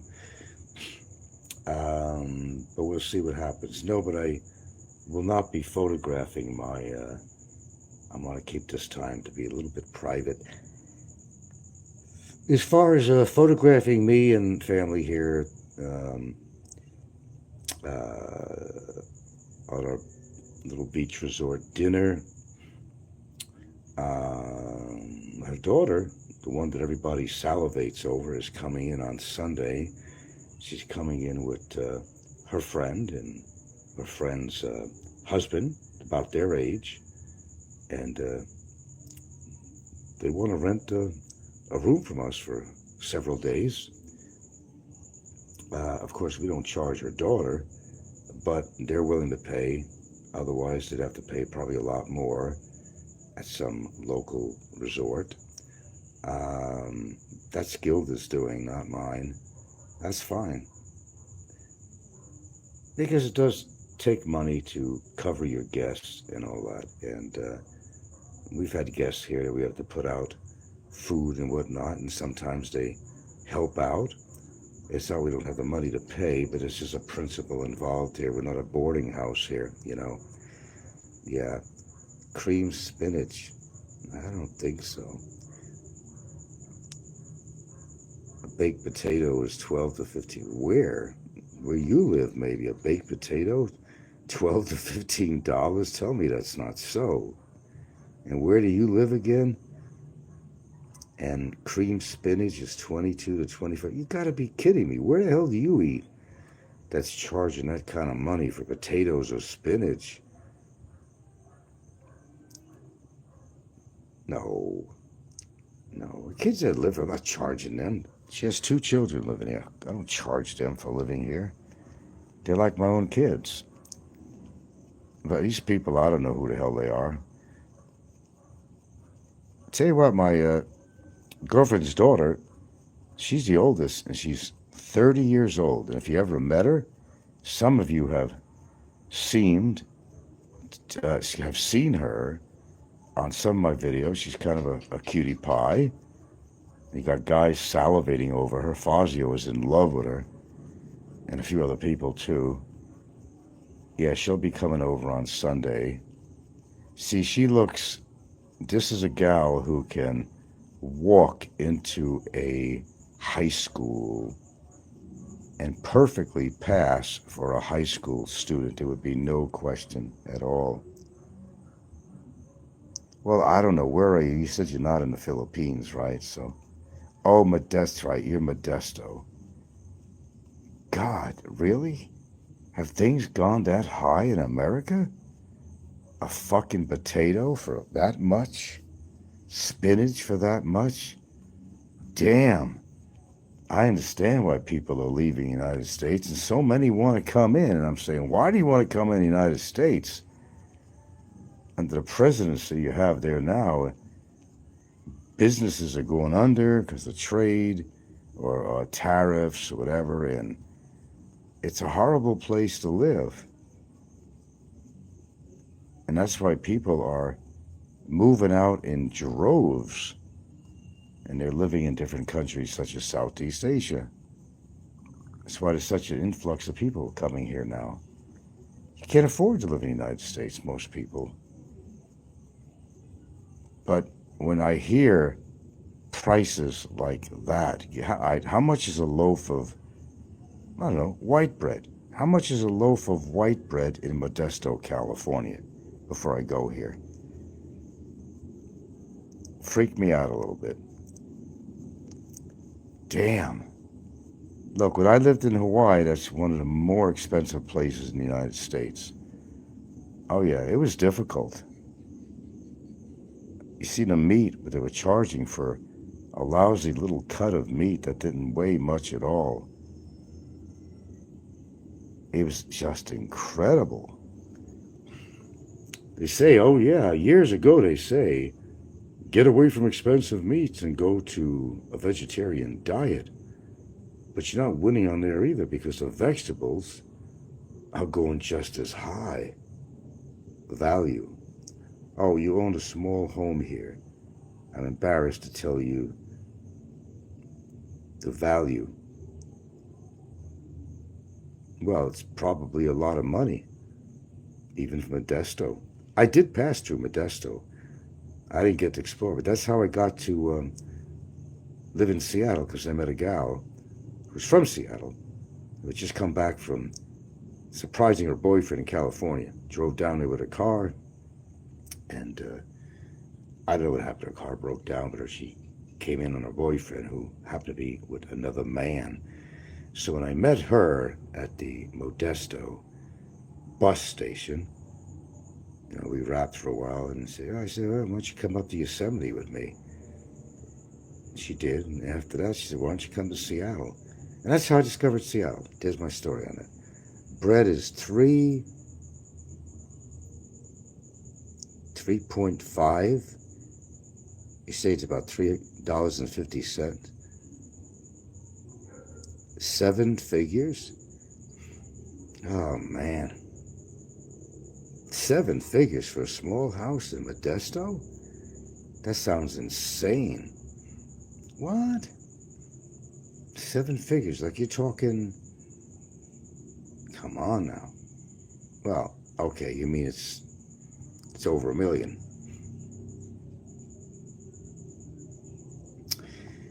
Well, where would you live if you sold it? Well, the fact is, there's still high prices in the United States. Money can go real fast. Perhaps you might want to live in a... most chicks don't come out here, you know. But some do.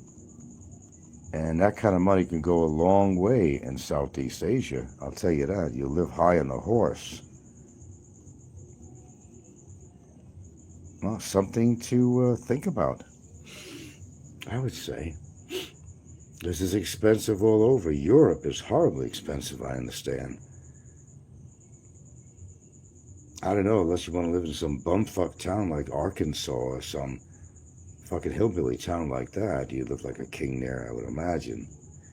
You lived here 32 years. Same house, 32 years. Well, I don't know. Are you collecting a pension? Social Security? With the money you make from the house, you'll live fine. You could always find well, you don't want to invest in another house. That's going to take all your money. But you could find a apartment to rent, a 1-bedroom somewhere that would be adequate for you. It has 2 bedrooms, 2 baths, 1.5 million, 1.6 million. Wow. Well, if you like living in an area, you can still stay there or somewhere in the next town if you could find a condo or something that wasn't too expensive. Well, then maybe you just hold on to the house according with your age is, and if you're happy in that house, just stay there. And but then again, you know, I don't know what your income is. If you're on a pension, you're getting Social Security. The prices of foods and goods are awfully high, which even if you have the house, it's all paid off, you're still going to have a lot of expenses. And I don't know what your income is. Yeah, you're retired government, okay. So you probably have a decent pension. So you maybe could afford to just stay there. Live out the rest of your life. If you like the house, you've been in it that long, I might find it really hard to leave that house. Well, it's gotten too expensive living out there. I understand. You got kind of a quandary, That would take a lot of thinking, serious thinking, that even though you're getting a decent pension, it's really cutting into that pension, isn't it? I understand what you're saying. Property, oh yeah, I know. Property taxes are $10,700 a year. Hey, I had a house. I was fortunate in Hawaii. I didn't pay. It was considered an agricultural lot, so my taxes weren't very high at all. Seattle? Well, that was a different reason, different situation. My taxes, insurance are pretty high. Hawaii wasn't, because it has to do with the land was classified as Ag 2 or Ag 3. And they were trying to convert that into residential. If that happened, then the taxes would have gone through the roof. And most residents of the particular subdivision I lived in, which is classified as Ag 3, I believe, means Agriculture 3, have been lucky all these years. I paid shit taxes, really. It wasn't much at all. I don't remember, really. It's been a while. But if it gets converted to residential, well, that's going to create a problem for a lot of people. Anyway, I got to go. Nice talking to you, Patty. Yeah, I need to head in for the night and try to get some snooze. I guess I'm planning on being on in the morning up in, I don't know, between 5 and 6 a.m. Philippines time. I reckon I'm doing a show tomorrow, and I'm still kind of contemplating whether I am or not. It was going to be a birthday show, but we're going to talk about a lot of cool stuff. Yeah. I don't know. We'll see. And please be advised, Patty, or anybody else, that after tomorrow, we're going to go to the upload format. And I'm likely not going to do any live shows.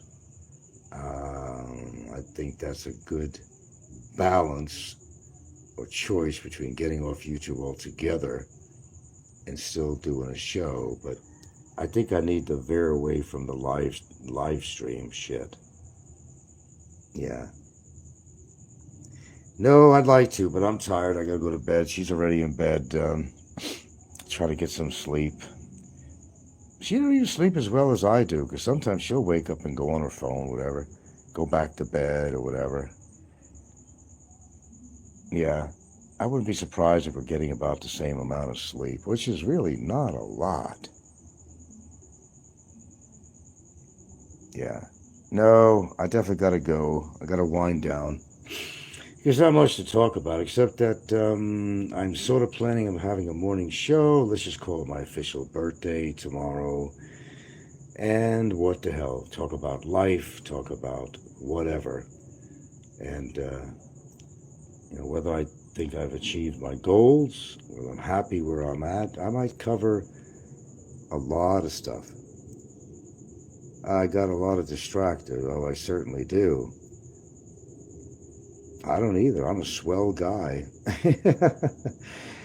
I think it has to do with too much time on their hands. I think it has to do with bitterness created by their loneliness and the fact that, a lot of them are living their life vicariously through my shows. I think that's not far from the truth. And, I got a solid relationship. I'm settled down, all this other crap. But I'm still dealing with something else I got to deal with, which is very important. I got to tear that situation apart by its limbs, and that's exactly what I plan to do. Have I heard from Mark? Mark who? The guy who calls himself Mark Cadley, which is not his real name. It's kind of a spoof on Mark Cadley, the predator that went to jail. But this guy calls himself Mark Cadley as kind of a spoof. It's not Mark Cadley. Mark. Is that who you're referring to?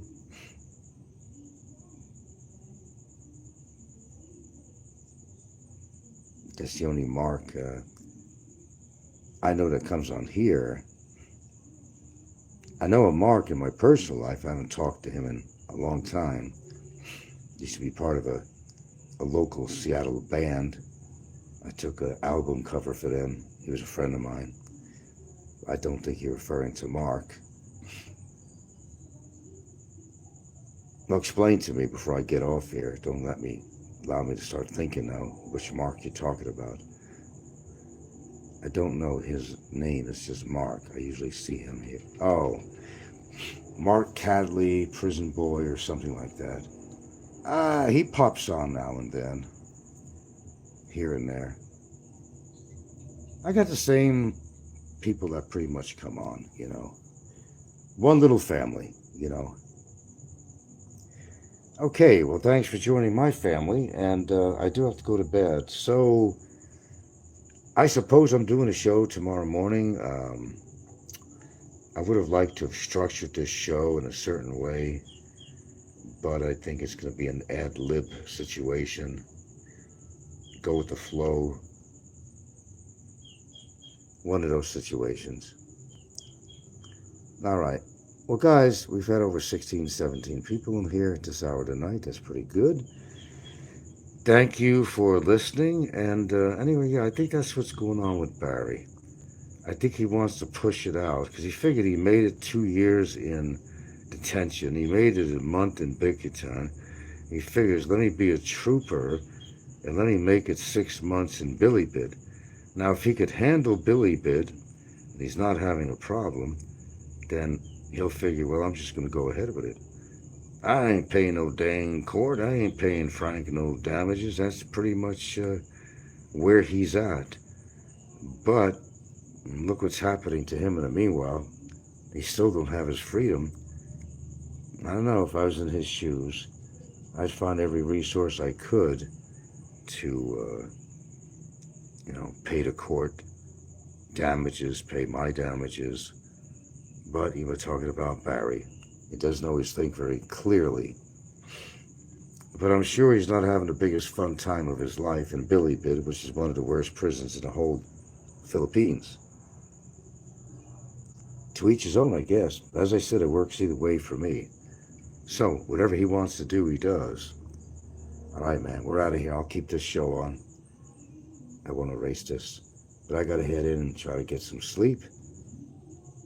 And say goodbye to my previous years of life and move on to my new chapter, a year older and a year wiser.